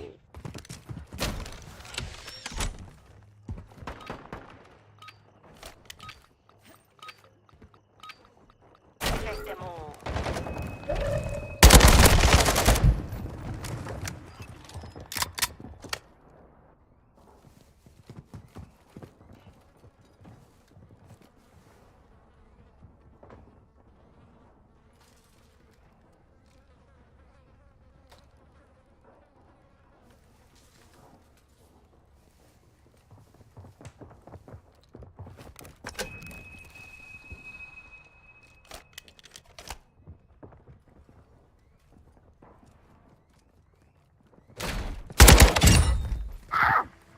I'm on.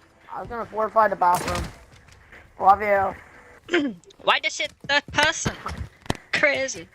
What? Third person. Your shit third person. My shit third person. Damn, baby. Got both your boys. Crazy. On the middle.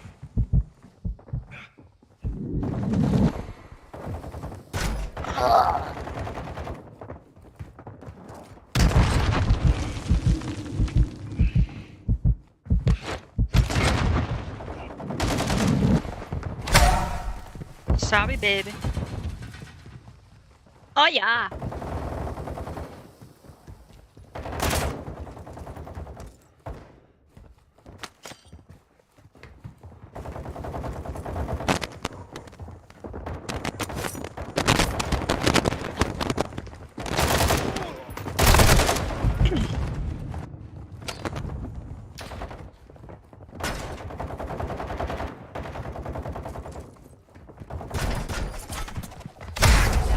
Stupid.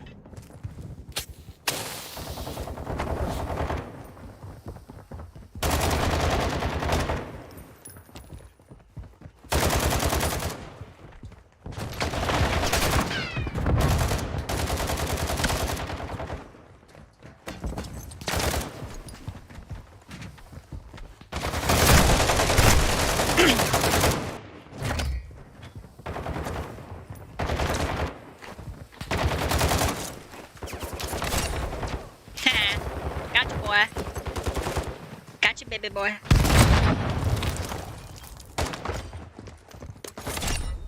Got you, baby boy. How you doing? Welcome to the team.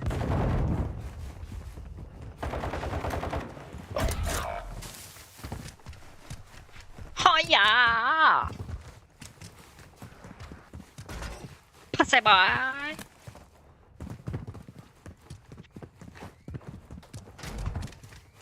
Ni hao. Ni hao. He over here. Got to be. Oh shit! That's crazy! Ah, shit! What happened? Oh shit! Oh shit! Saw the toilet paper again. You want the toilet paper? Damn! You need to watch what you eat. Yeah, Crazy. I will eat your cat.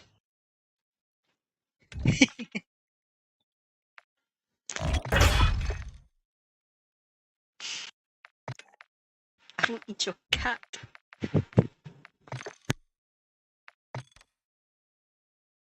But eat your cat.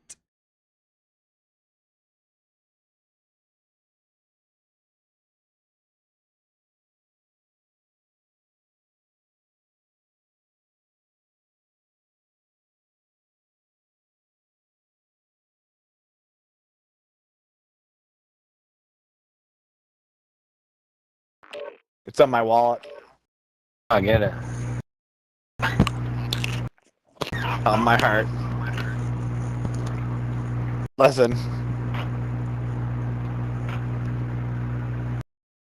Getting blowjobs. Getting fucking blowjobs. Getting fucking top. I love getting top. In a goddamn airplane.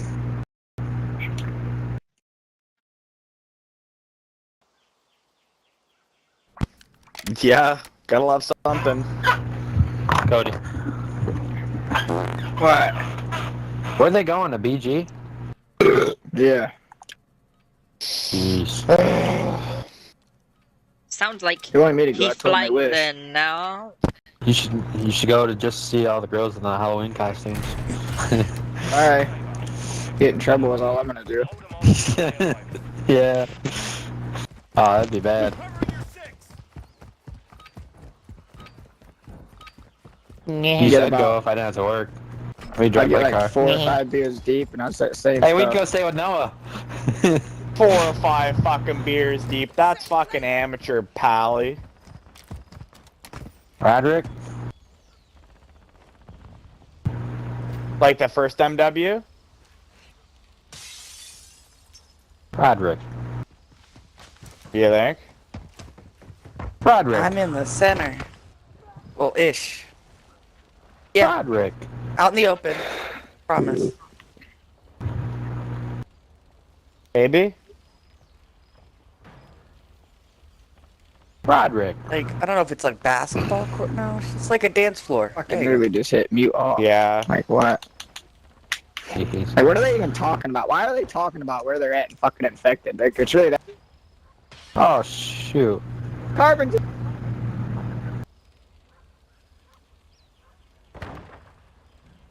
I'm still overall happy with this game, honestly. I mean, we're literally. Be quiet. Yeah.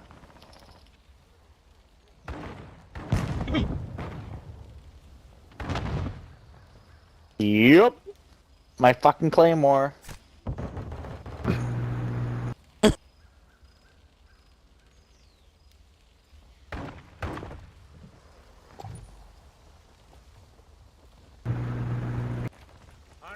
Well, this is a good combo here. Fucking machine pistol and a shotty.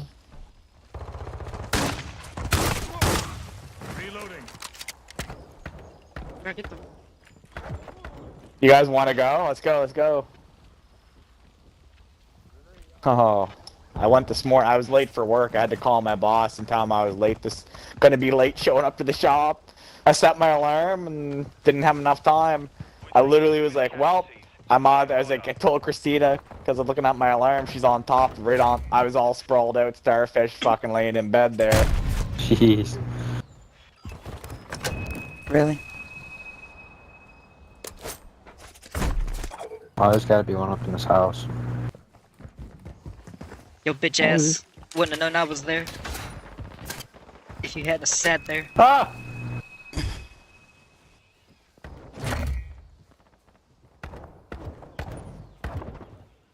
Here's it. Meow. Haha. I will eat your cat. Pussy boy. Out of the time. Woo! Got one! Oh, how Did you say this? you want us to eat your cat? No, I will eat your cat. Pussy boy. You eat my What's cat, her name? I'd friggin... What? Yeah, okay. What's your Yeah. name say? You wouldn't do shit. Fucking kill you. You friggin' eat my cat, I'd fucking Your end cat you. would be dead. Jeez, we Pussy gotta boy. push this guy out at the same That's time. all that matters. You'd be fucking dead. I put him You'd on be a fucking gone. put him on a chapstick. Ooh. Mmm. What kind of cat Where's do he you at, have? dude? What kind of cat do you have? I need to know. Asian cat? What color? Very tender. You know? Black? Very, very tender. Orange cat. Tender as fuck.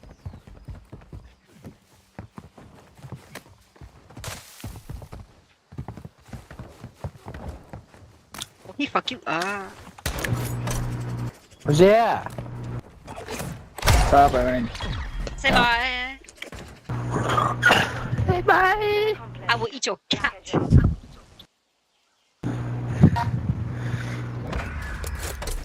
Here's Meow. wifey. Look at that fucking knife. Stupid shit. Jeez.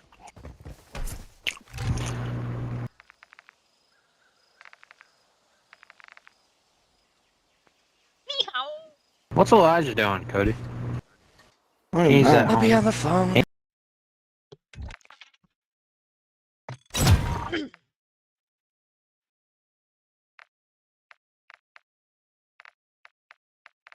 I'm not getting any souls. And that's what I'm trying to do is get souls.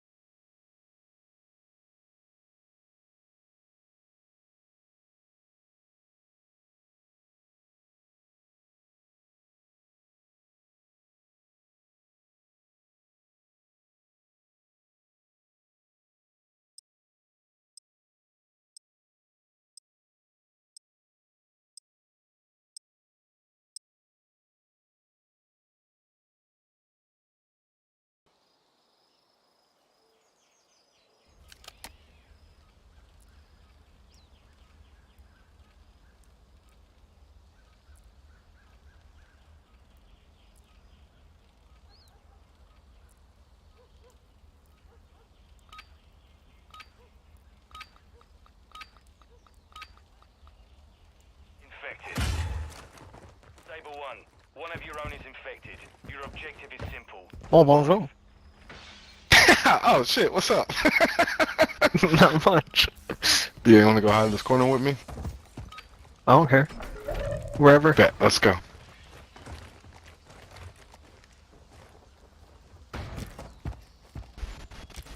Oh, that corner. Yeah, that works out really well because they never check there for some reason.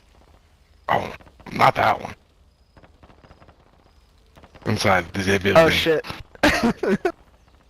They might come by the sounds of it. Oh, that guy's a fucking idiot. Oh, fuck. I got him. Thanks. Just seeing myself. No one outside.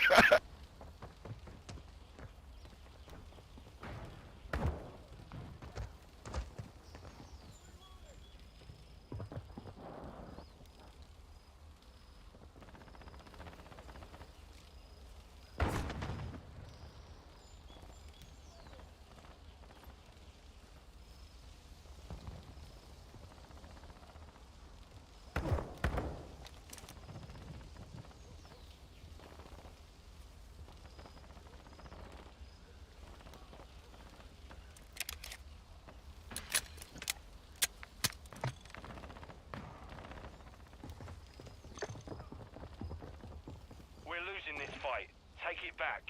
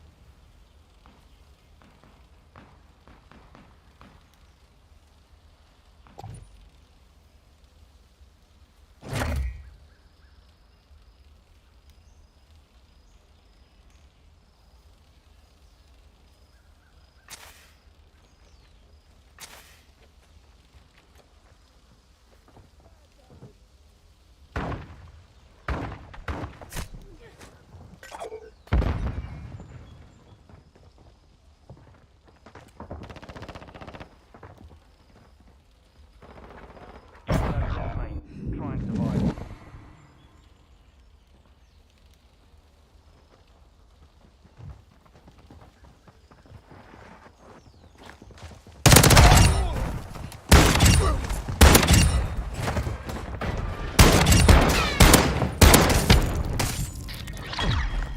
He was hiding prone in a corner. Goat spot. Still up in that area. Crouch. Goat spot. You didn't see me I though. just Say assumed bye. prone because I just saw a teammate get murked and I didn't know if you were prone or standing, so I'm like, I don't know. Don't assume. Don't assume, boy. Okay? I will eat your. Actually, that's a fair point, considering. I will eat your cat. That's considering we live in these days. What You cannot the just fuck roam is in, though. that? Ni hao. Oh my god, bro.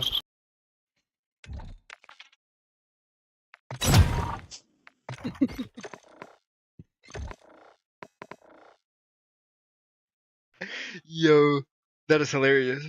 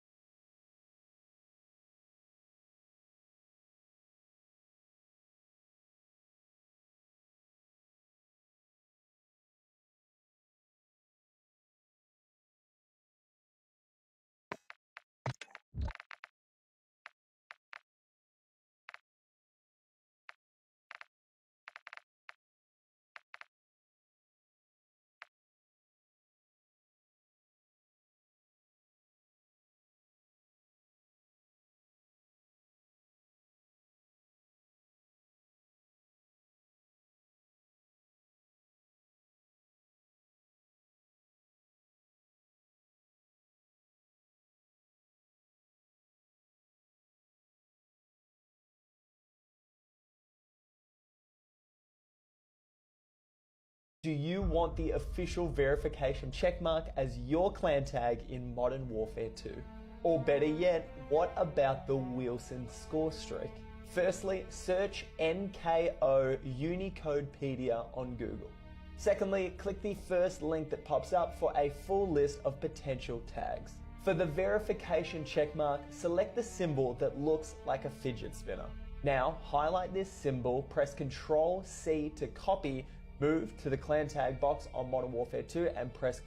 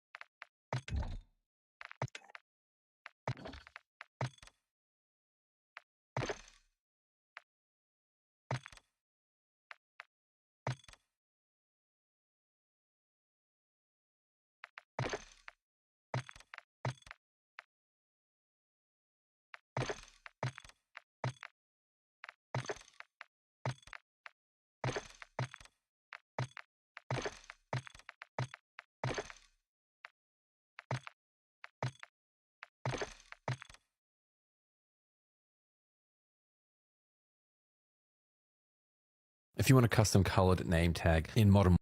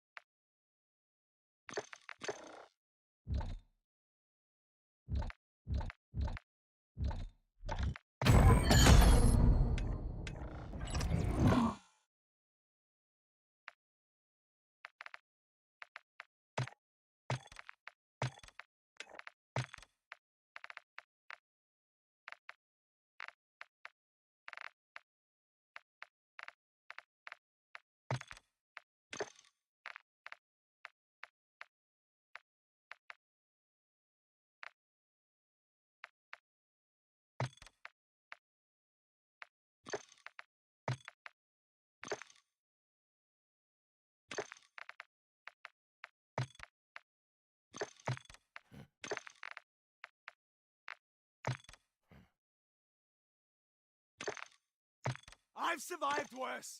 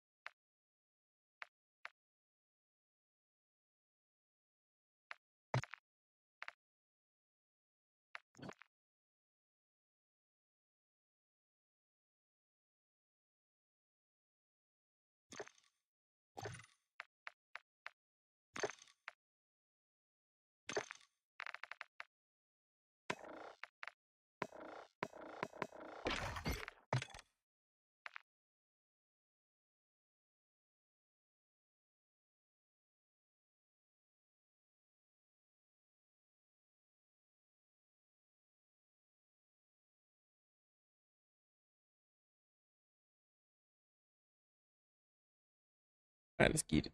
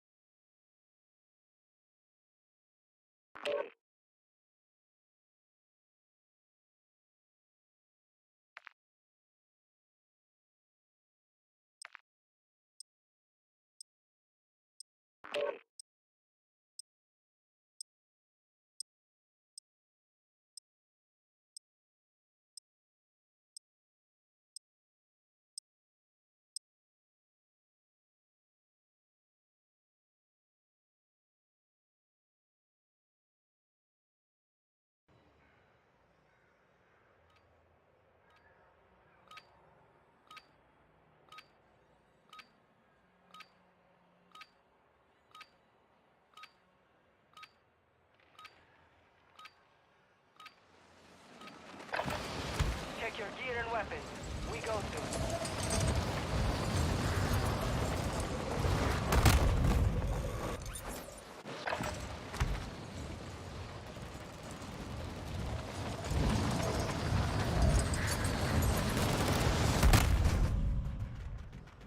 Enemy soldier incoming.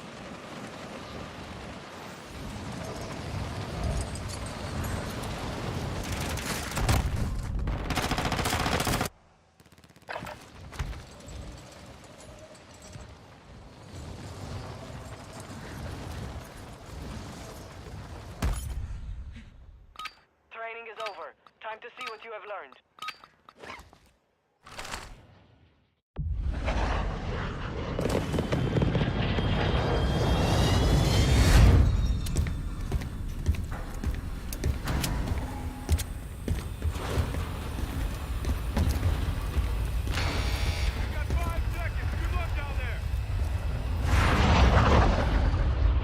Resurgence. Stay alive to keep your squad in the fight.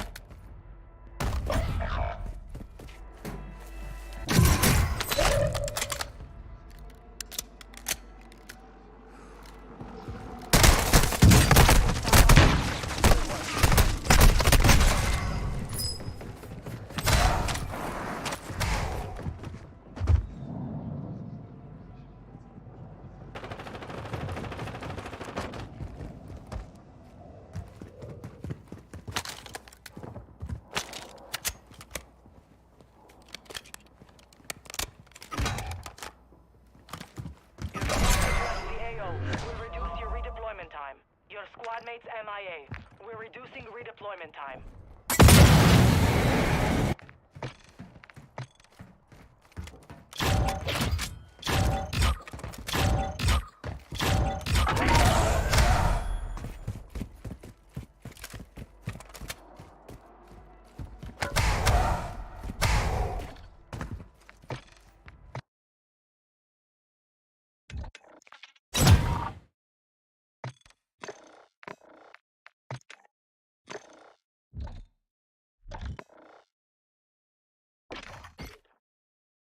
God damn it, my mic.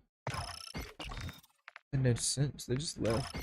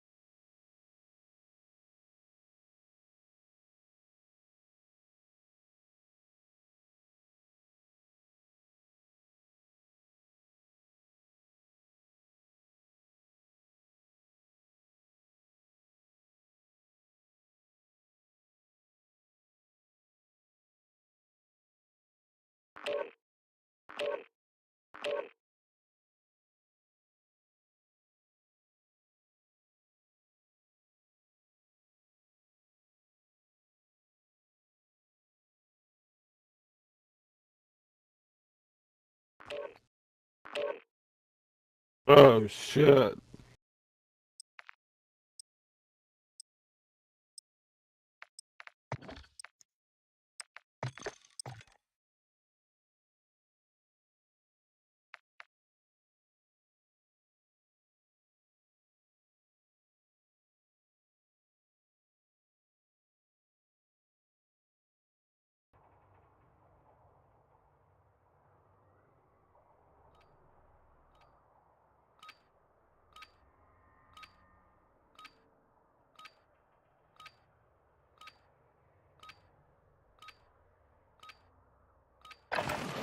Check weapons and gear. We're holding for deployment.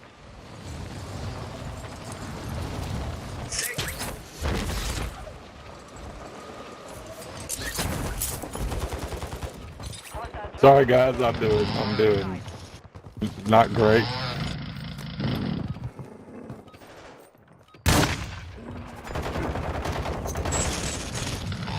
Your mother.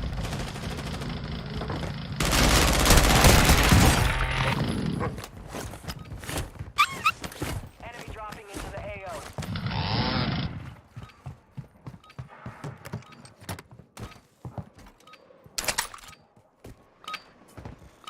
Practice is over. They're in fight now.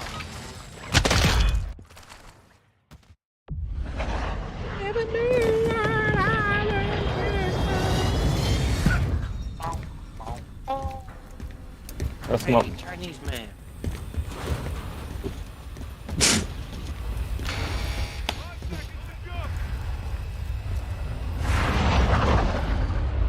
Resurgent. Survive to redeploy fallen teammates. Kill to bring them back faster. Mark a drop point for your squad. You will lead them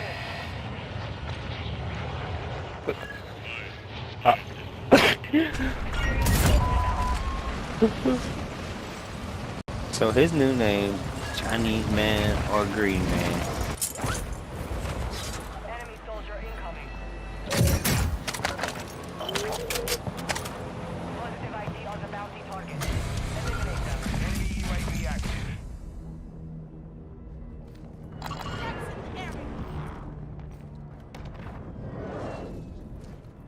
Enemy UAV.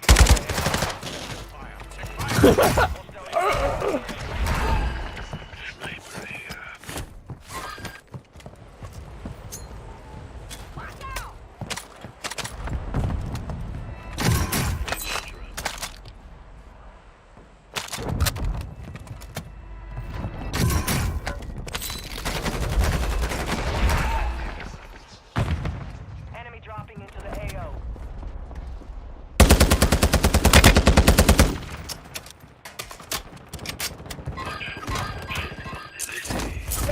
He's raping me. Stick me in the back. It was against my will. So yes, it was right. No, I did not want it. Yeah, it was sexual. Did I like it? Maybe a little bit. That's a different story.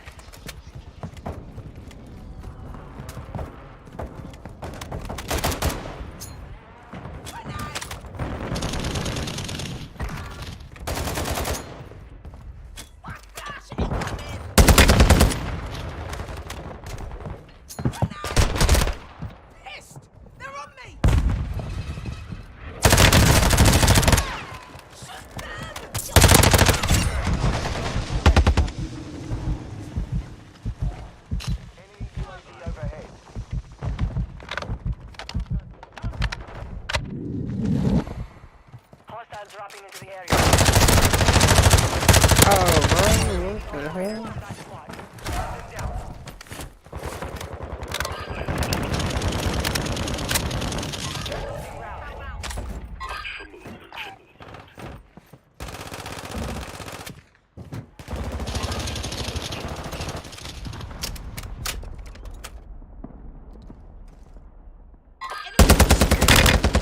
The rest of that squad on your attack map. Get hunting. Get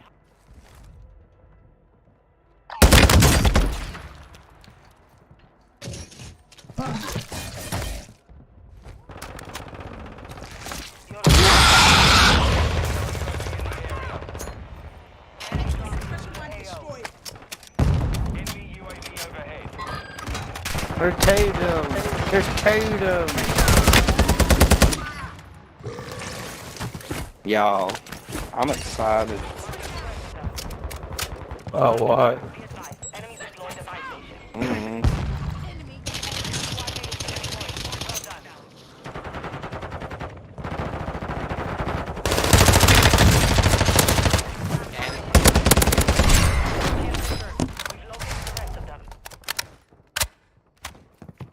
Guys, there's people over there. That's why they killed me.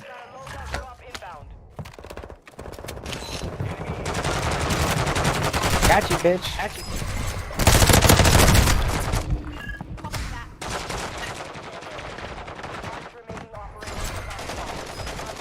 One more?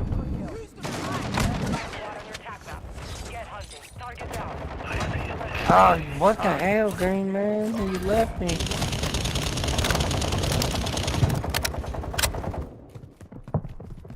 Hey, man, let me. Hey, cool, man. He didn't leave Donkey. Let's get you on your feet.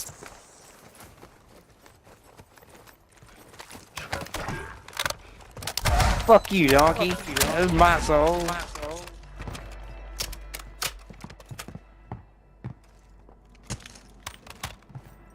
Donkey, you a soul little thief bitch.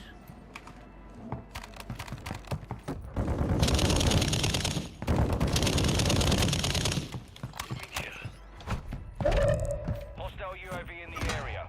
Oh man, he shot me. It's the thief.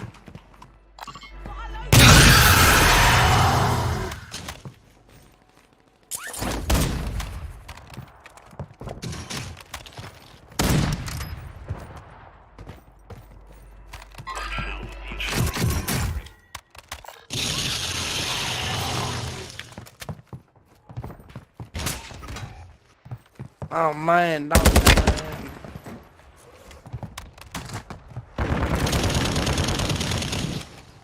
Where'd you guys go?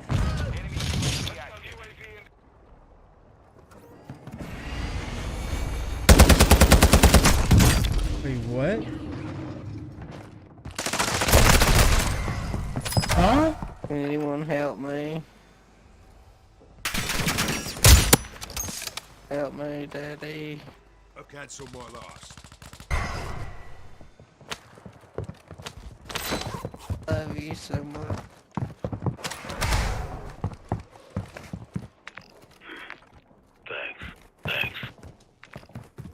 I'm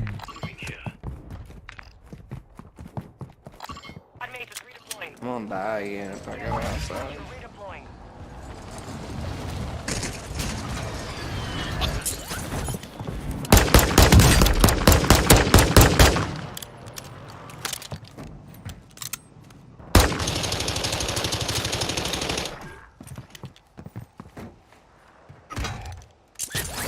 What's really going on? There's one behind you too. Where the hell did they come from?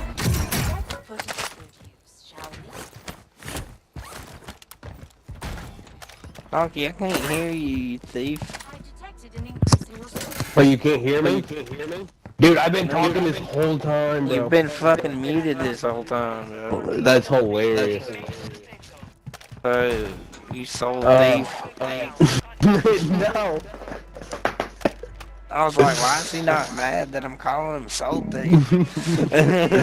I was, dude. I was like, no, I'm sorry. I was like, look at this bitch stealing souls.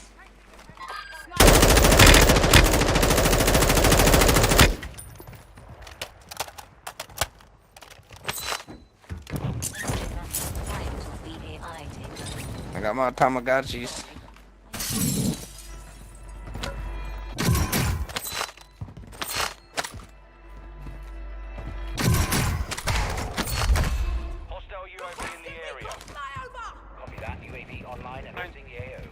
You fucking late, bad. Oh snap! Oh snap! What's he shooting with one shot? Y'all some camping little bitches. Oh, they host the shows. Be advised, UAV is exiting the AO. I'm gonna push over with Green Man. Copy that. Longbow 3-1 is on station.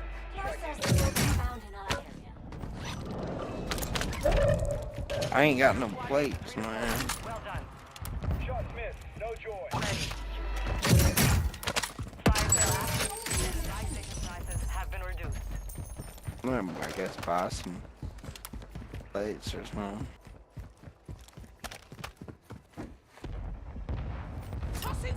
Enemy soldier incoming.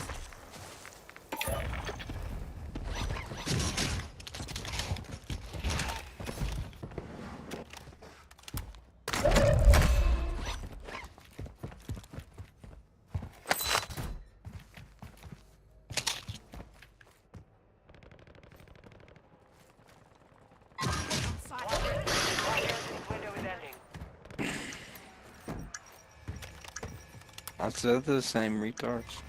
Our UAV is orbiting the area. And the 2K trees online. Mark to target.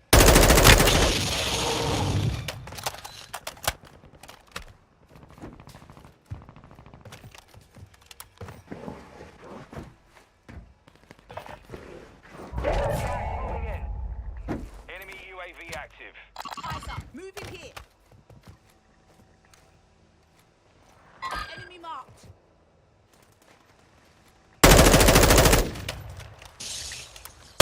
Entered the safe zone. Have contract codes to secure cash payment.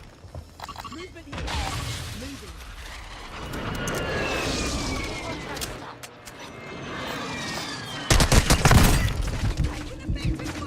Well, can these people focus the fuck up?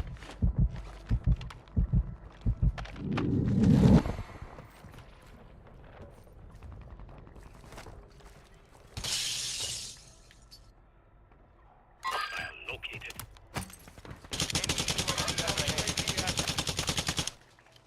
Enemy visual.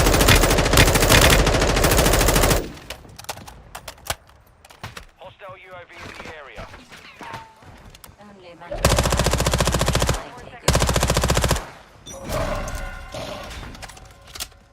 Let's split this loot 50-50. Shall we?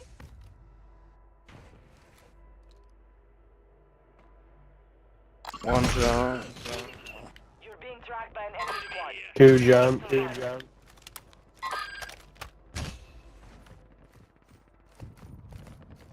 Contract time is limited. Hack those phones.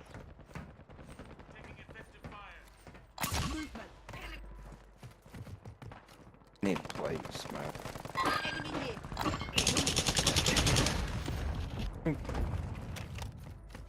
How many plates you got?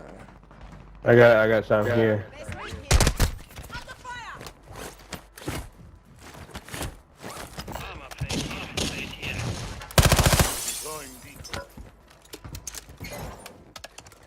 They're coming. They're coming.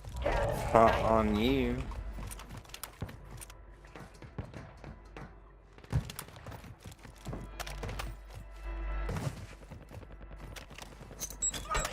Watch out, he's sniping. Yeah, he is. Ooh, and I'm getting shot from his east.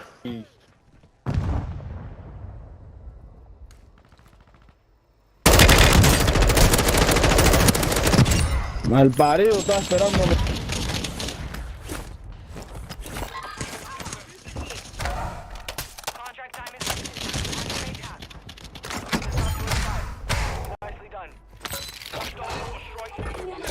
For mortar.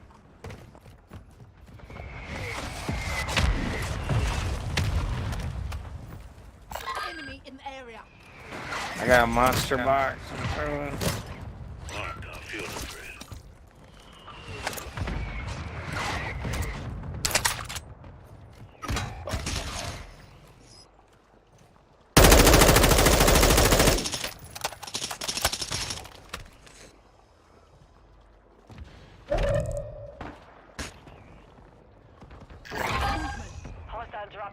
They're hitting the Y. Enemy UAV active. Enemy marked.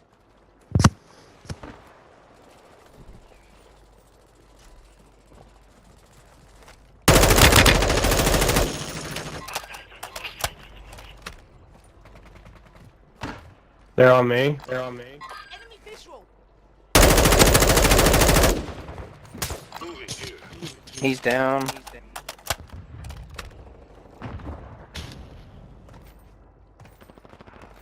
Hostile UAV in the area.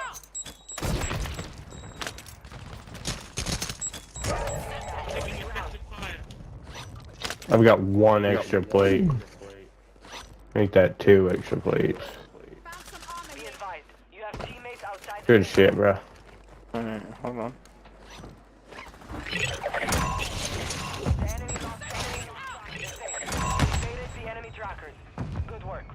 Someone just got bottom back. Was that Maya? Okay, all I heard was a noise. I was like, ah! I'm bringing you some plates. You got it. I've got 3 extra right now. Mayo might need them. I'm gonna drop set. Mayo, there's a gun right here.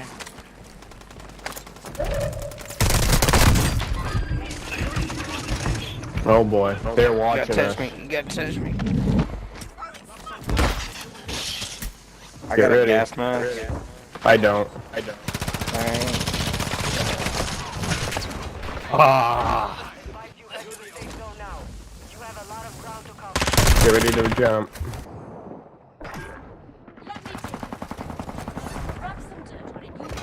Where did I just get shot from, bro? The 2 dudes laying down on the roof. Wow.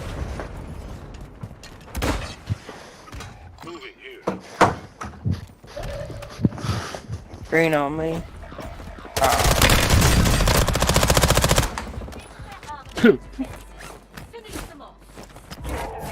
I got a shot from a dude camping gas. That's like that. I killed his buddy though. He was mad.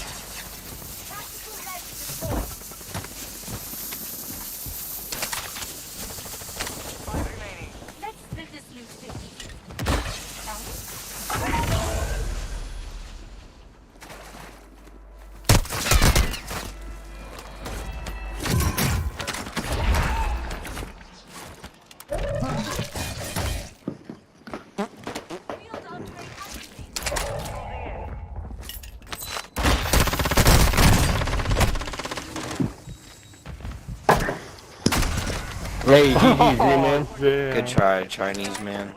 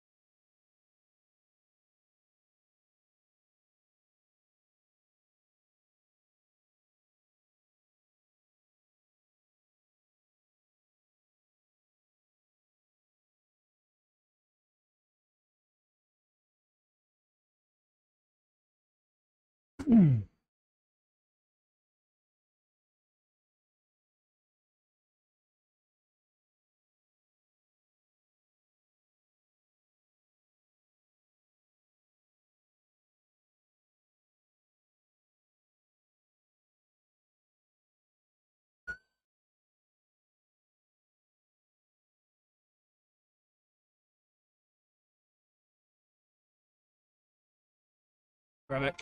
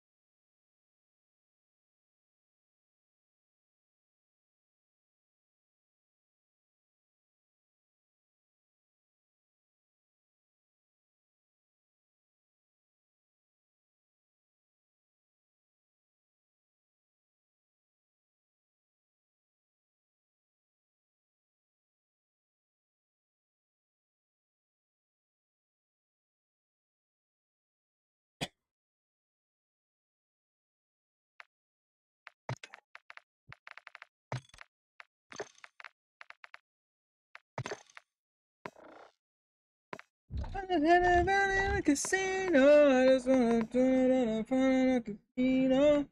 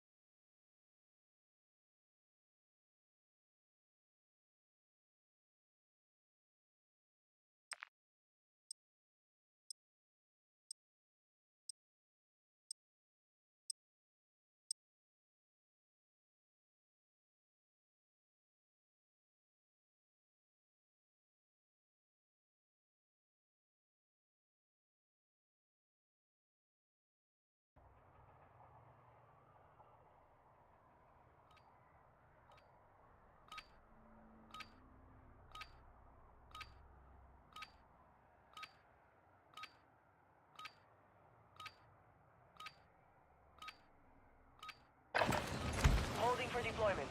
Take this time to warm up.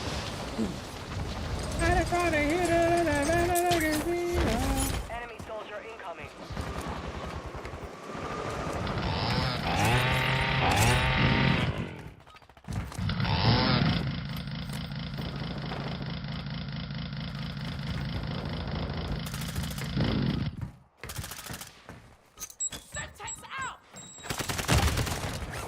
Enemy dropping into the AO.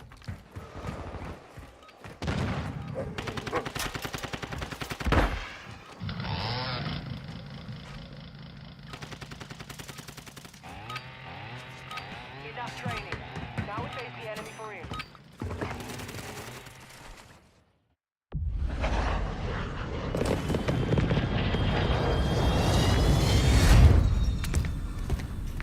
La حزين.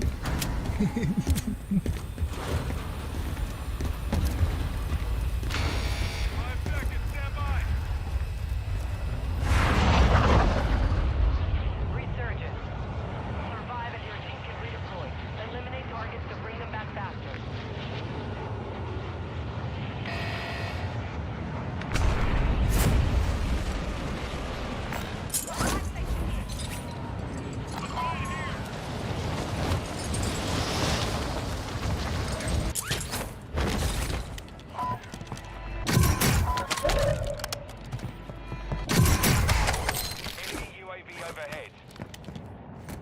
Oh, these guys are some assholes.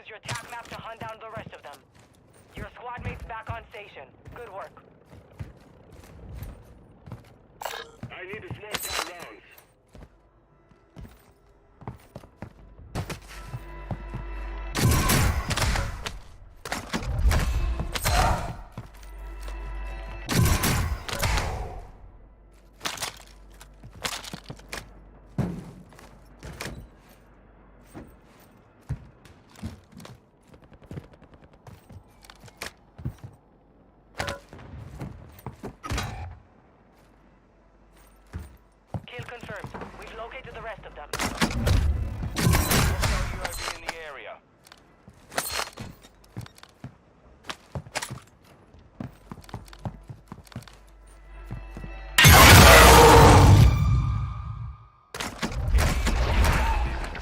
Marked remaining operators from that squad. Hunt them down.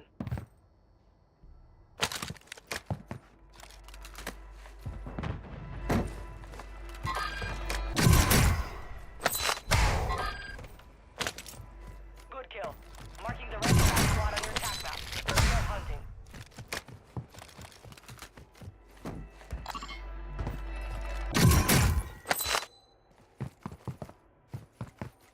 Enemy UAV overhead.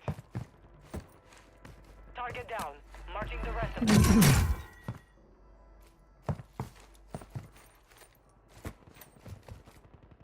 Hostile UAV in the area.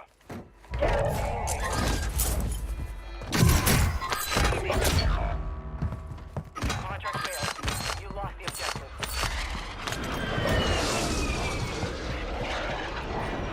UAV overhead. Reinforcements inbound.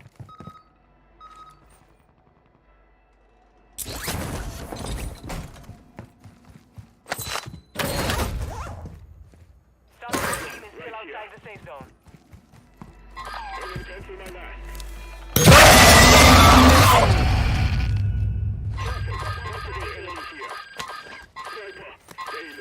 Enemy destroyed. Use your attack map to hunt down the rest of them.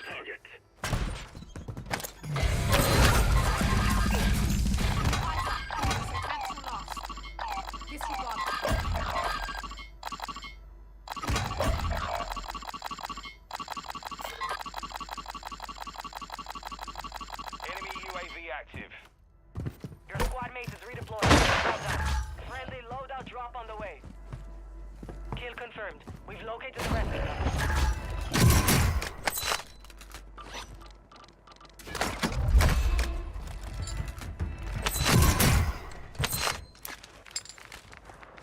Hostile UAV in the area. Enemy UAV overhead. I've scanned the battlefield. You've got a 76% chance of winning this. Enemy UAV active.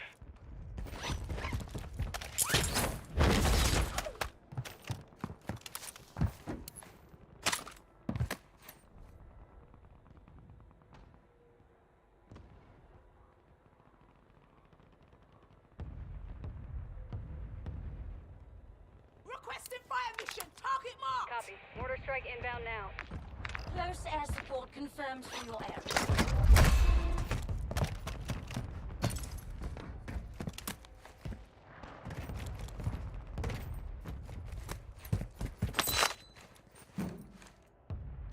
No effect on target.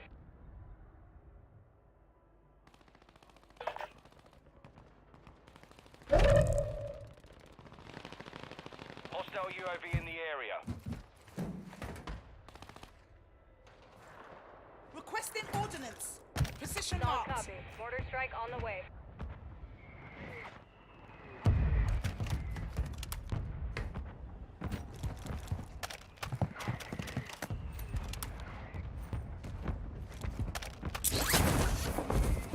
Friendly UAV on station. Impact. No hits.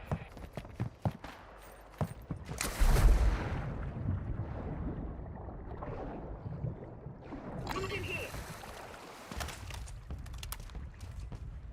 Hostiles are using recon. Enemy UAV overhead. Enemy UAV active.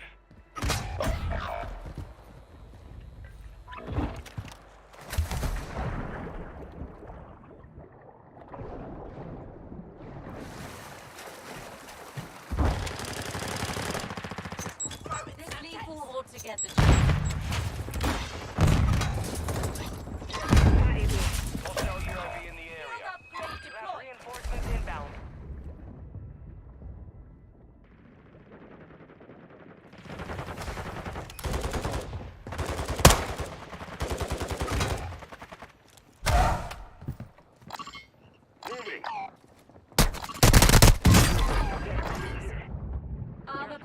back on station. Good work.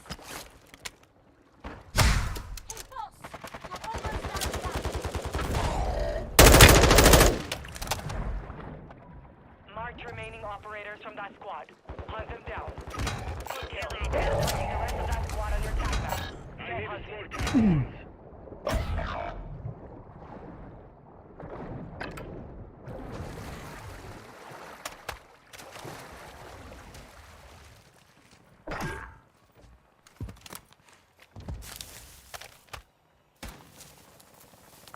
Oh, never wait. Your team has entered the safe zone. You have reinforcements inbound. Enemy soldier incoming. Enemy mark. Destroyed. Use your tac map to hunt down the rest of them. Moving here. Movement here. Moving. Enemy Friendly visual. UAV online.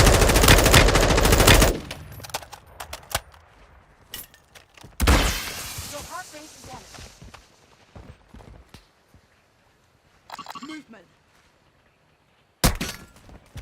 How the fuck do you know I'm there? Marked remaining.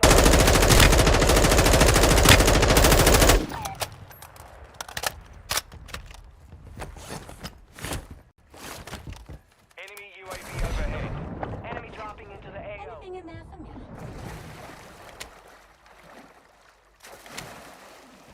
Friendly more strike on the way.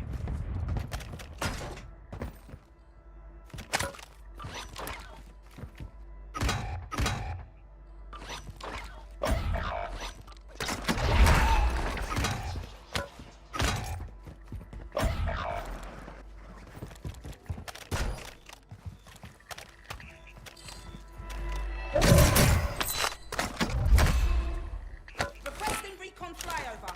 Copy that. UAV online and orbiting the AO.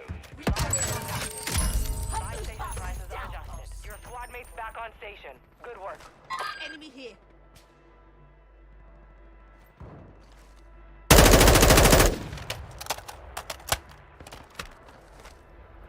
Moving here.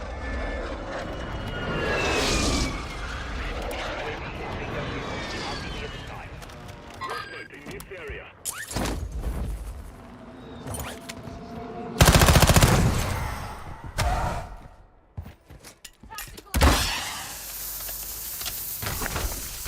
Surgeons is about to end.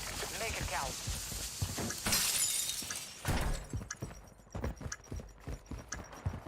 Fire still done. Prices are back to normal. Enemy UAV active. Let's split this loot 50. Shall we?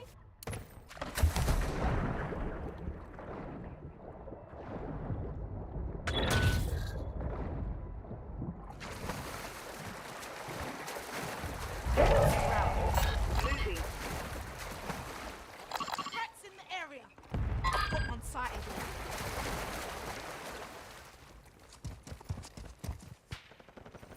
Hostile UAV in the area.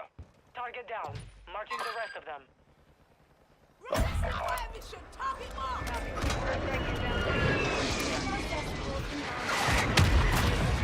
We've located the rest of them.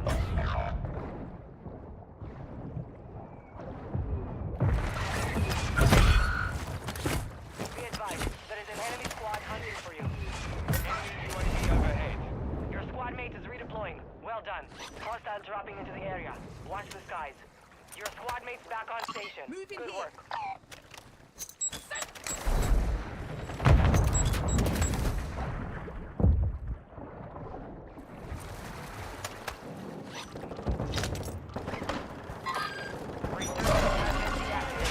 This is the end game.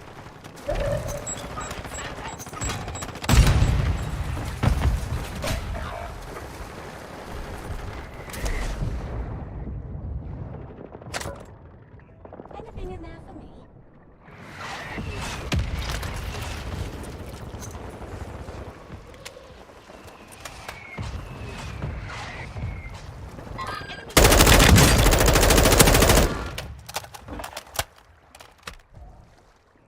Friendly airstrike in the AO. Friendly UAV on station. Eyes up. This area's hot.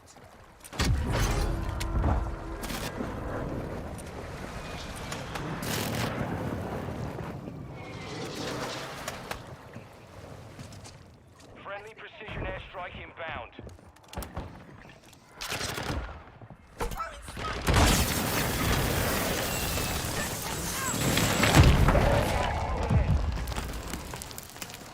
Tossing smoke grenade!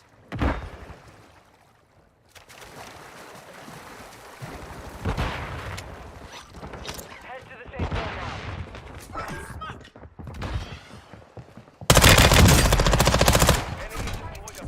Enemies armor plate defenses are down. Yo, why don't you get out of the water, teammate? Enemy dropping into the AO.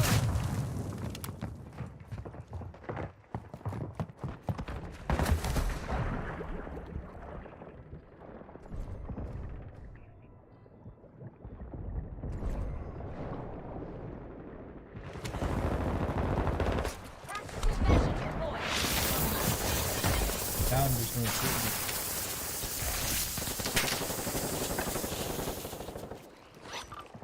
Hostile bomb drone is Let's active. split this loot 50-50. Shall we? That's the target. Hostile advanced UAV deployed.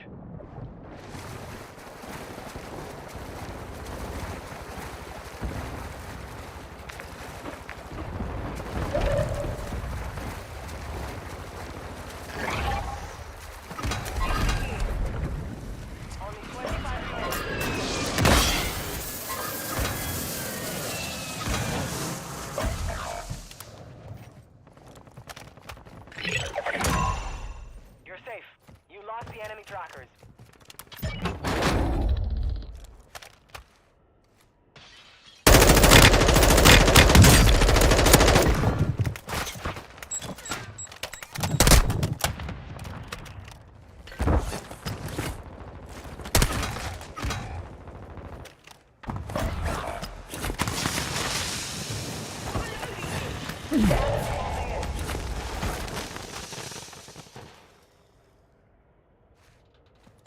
Enemy marked.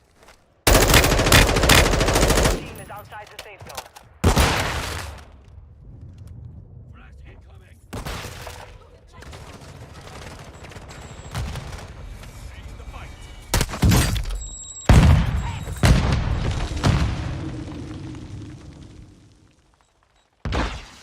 Enemy bomb drone is in the area. What?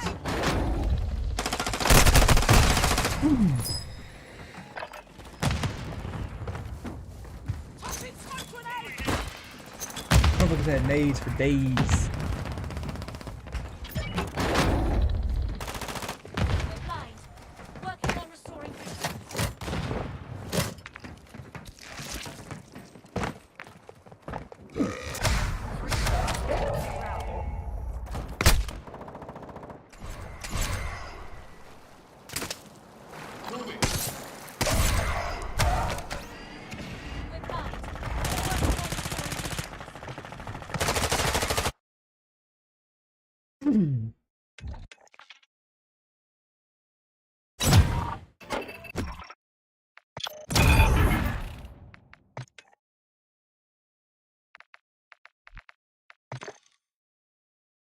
Good one. Nuggets.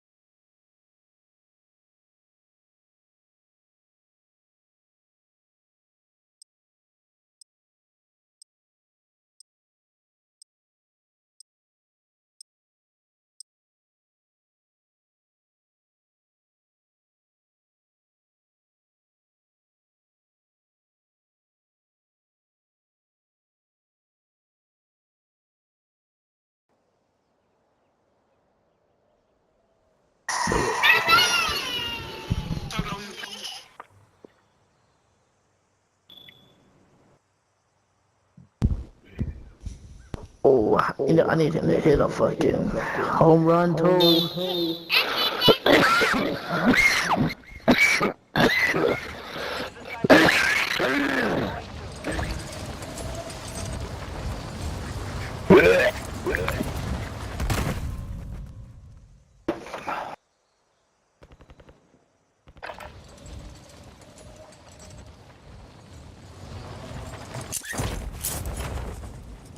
Hey, yeah.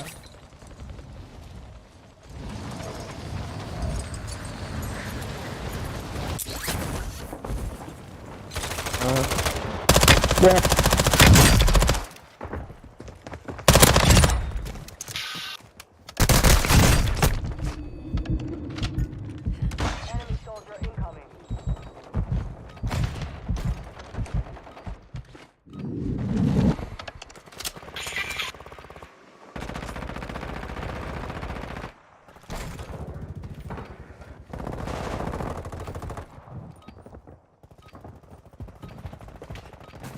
Hostiles dropping into the area.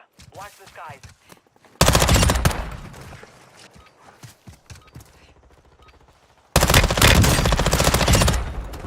Into their armor plate defenses. Finish them off.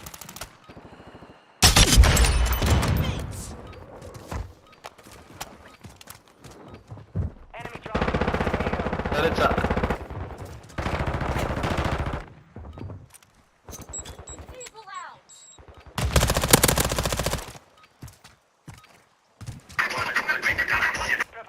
We at third place. Your weapons MAZRAH.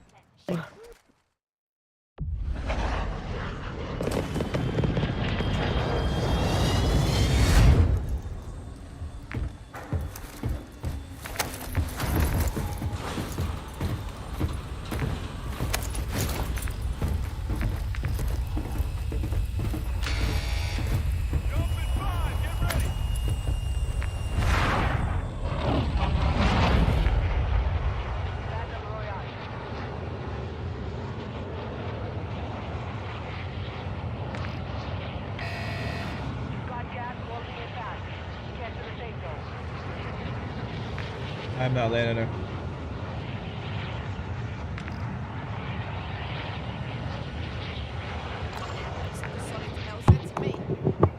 Nah, man, we ain't going there.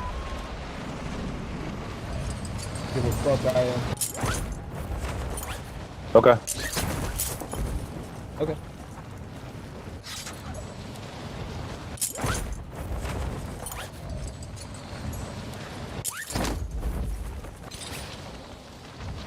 See, 1, 2, 3, 4. There.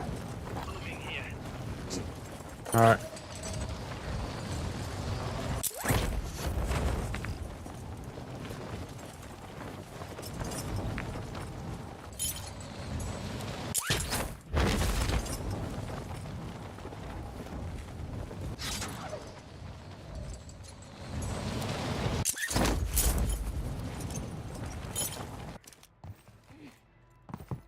Hostiles dropping into the area.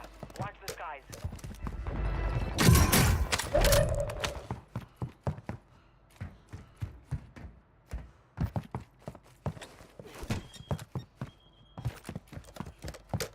Vision airstrike.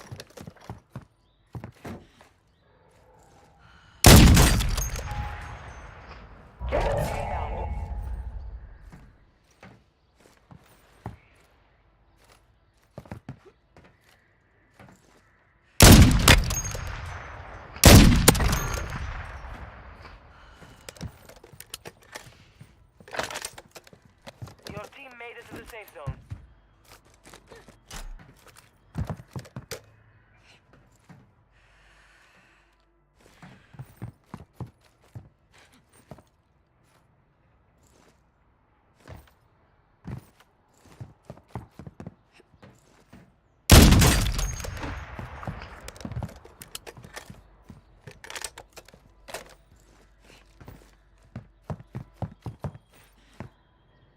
Alright. Where are you?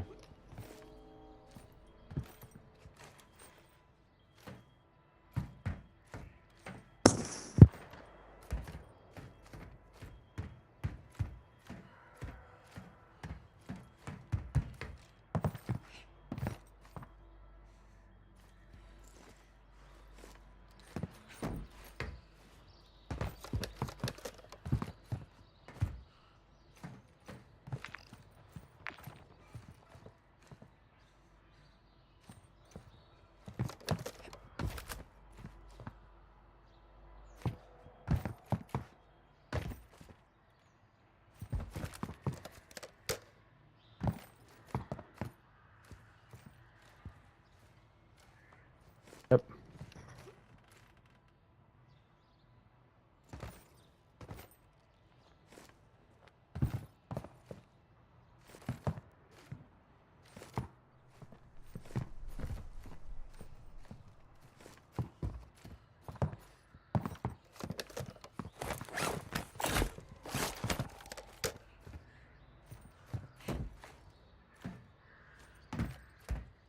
Loadout drop headed your way.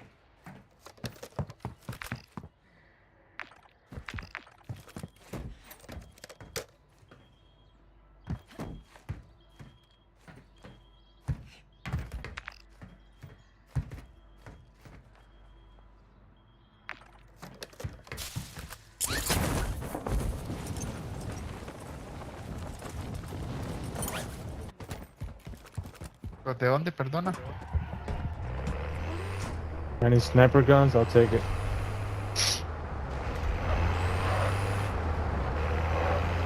Ammo. Snipe.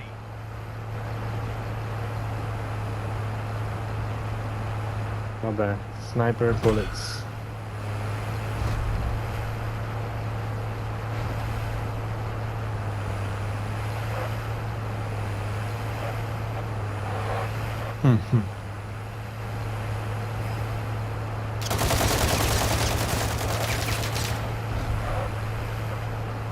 What happened?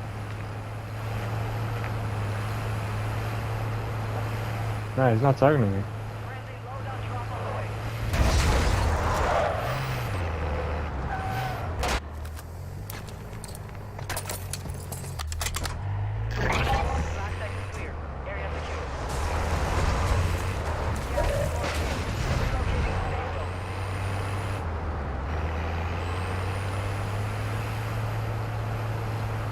Live, where you want to go next, man?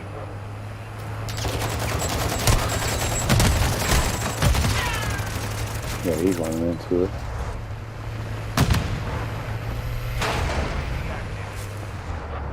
I know they're there. I'm not stupid.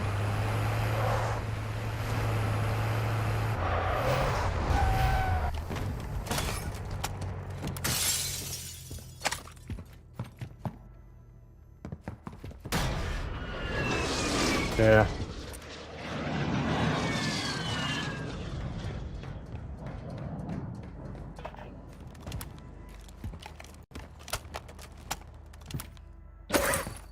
Alright.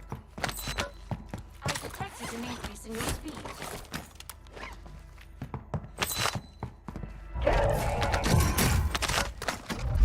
Anything in there for me?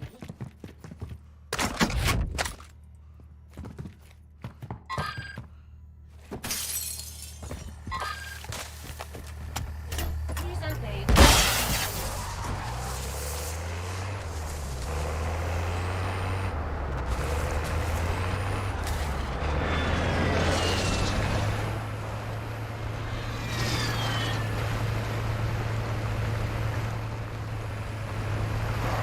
Alright.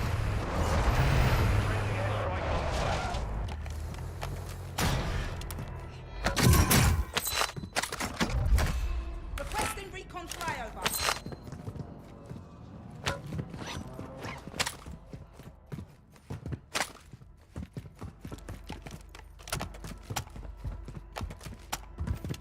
Oh, come on. Oh, man. Wow.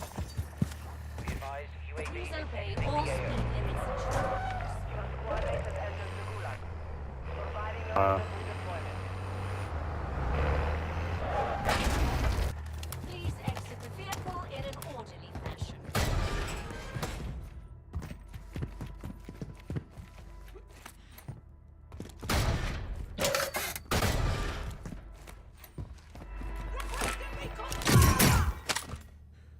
Let's split this in 50-50. Moving to my mark.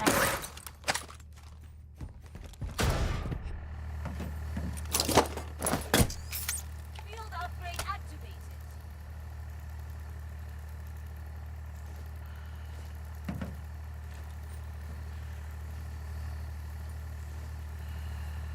Be advised, UAV is exiting the AO.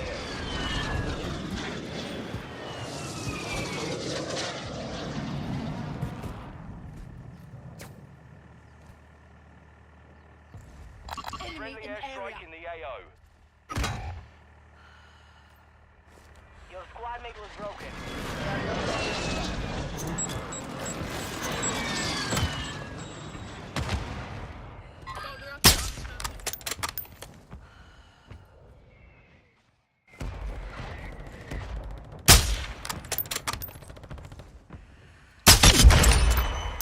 Enemy visual. Movement here.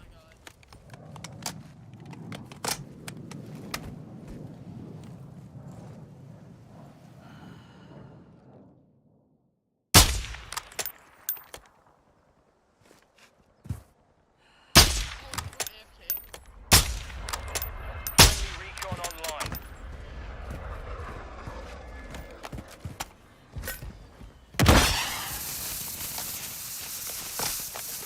Please obey all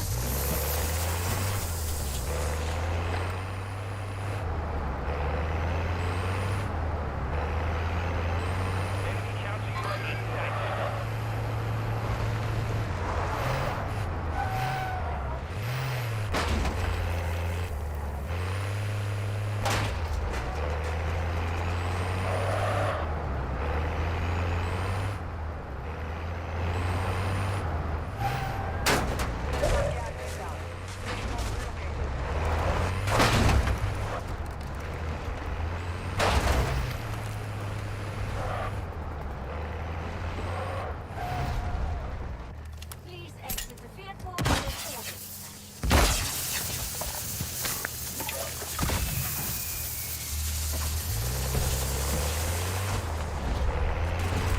All right.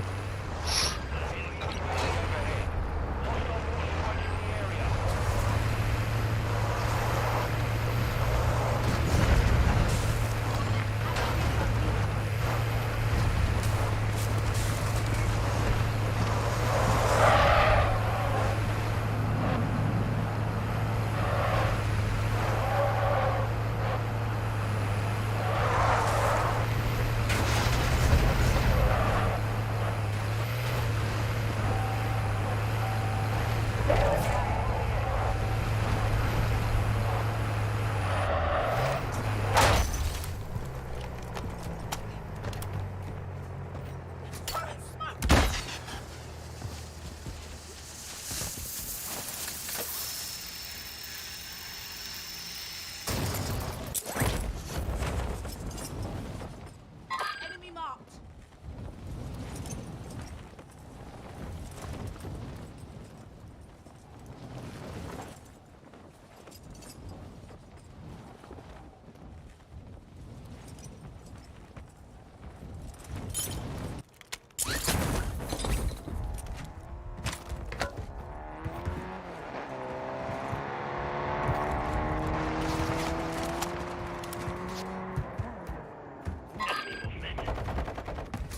Oh, shit. People in here. Fuck.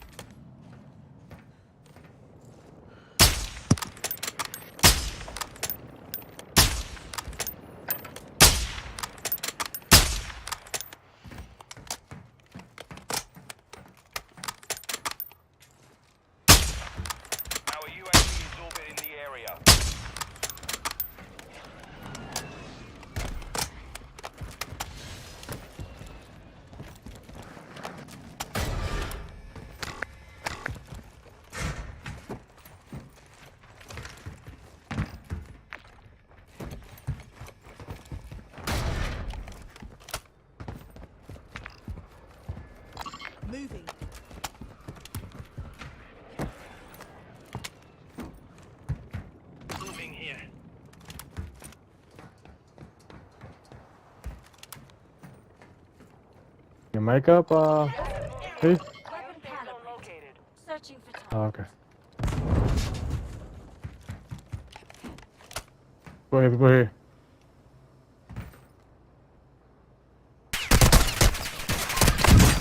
Wow. Holy crap.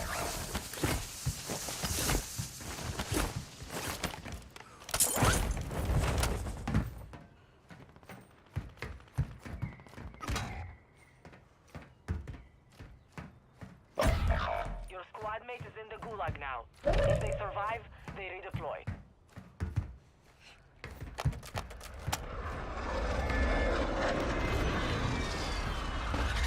Your squad mate is sent to the gulag. They'll fight for a chance to redeploy. Yeah. station here.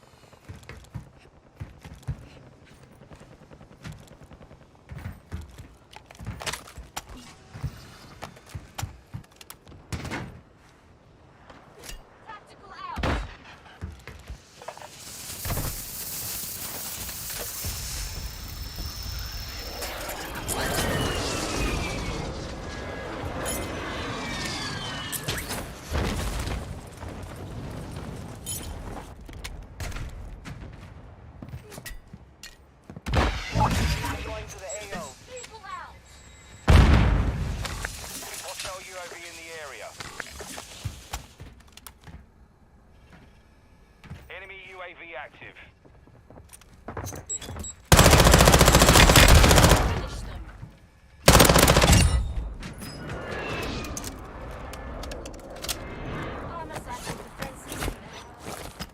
Hostile UAV in the area.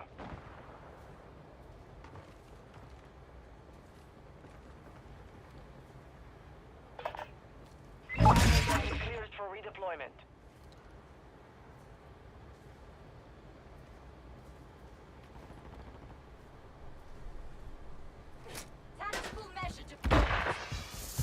Man, that sucker's huge too.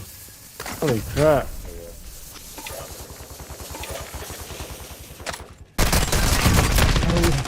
Yeah. Yeah. Fight for your chance to redeploy.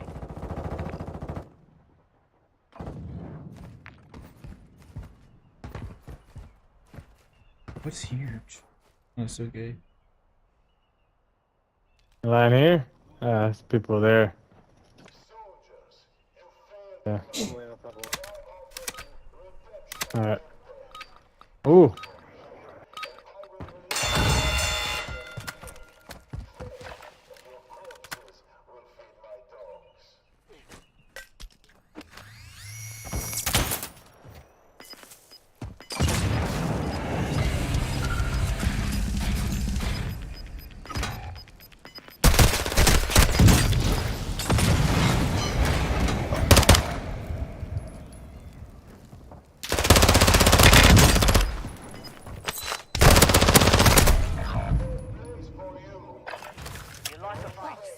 You need medical attention, stat. I don't know how he won that. Make all those dash shots.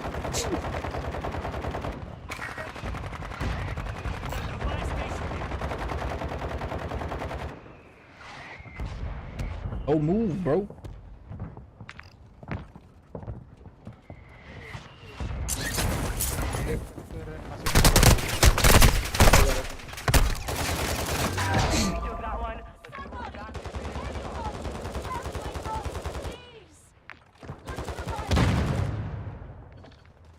Hey, one more, I'm done.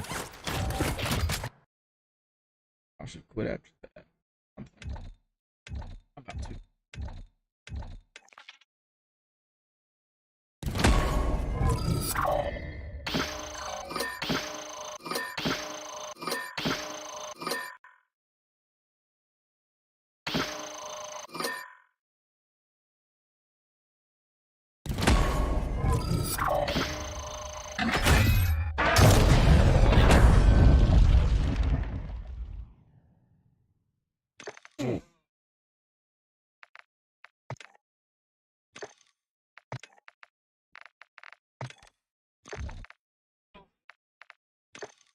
Alright, chat. I'm gonna hop off.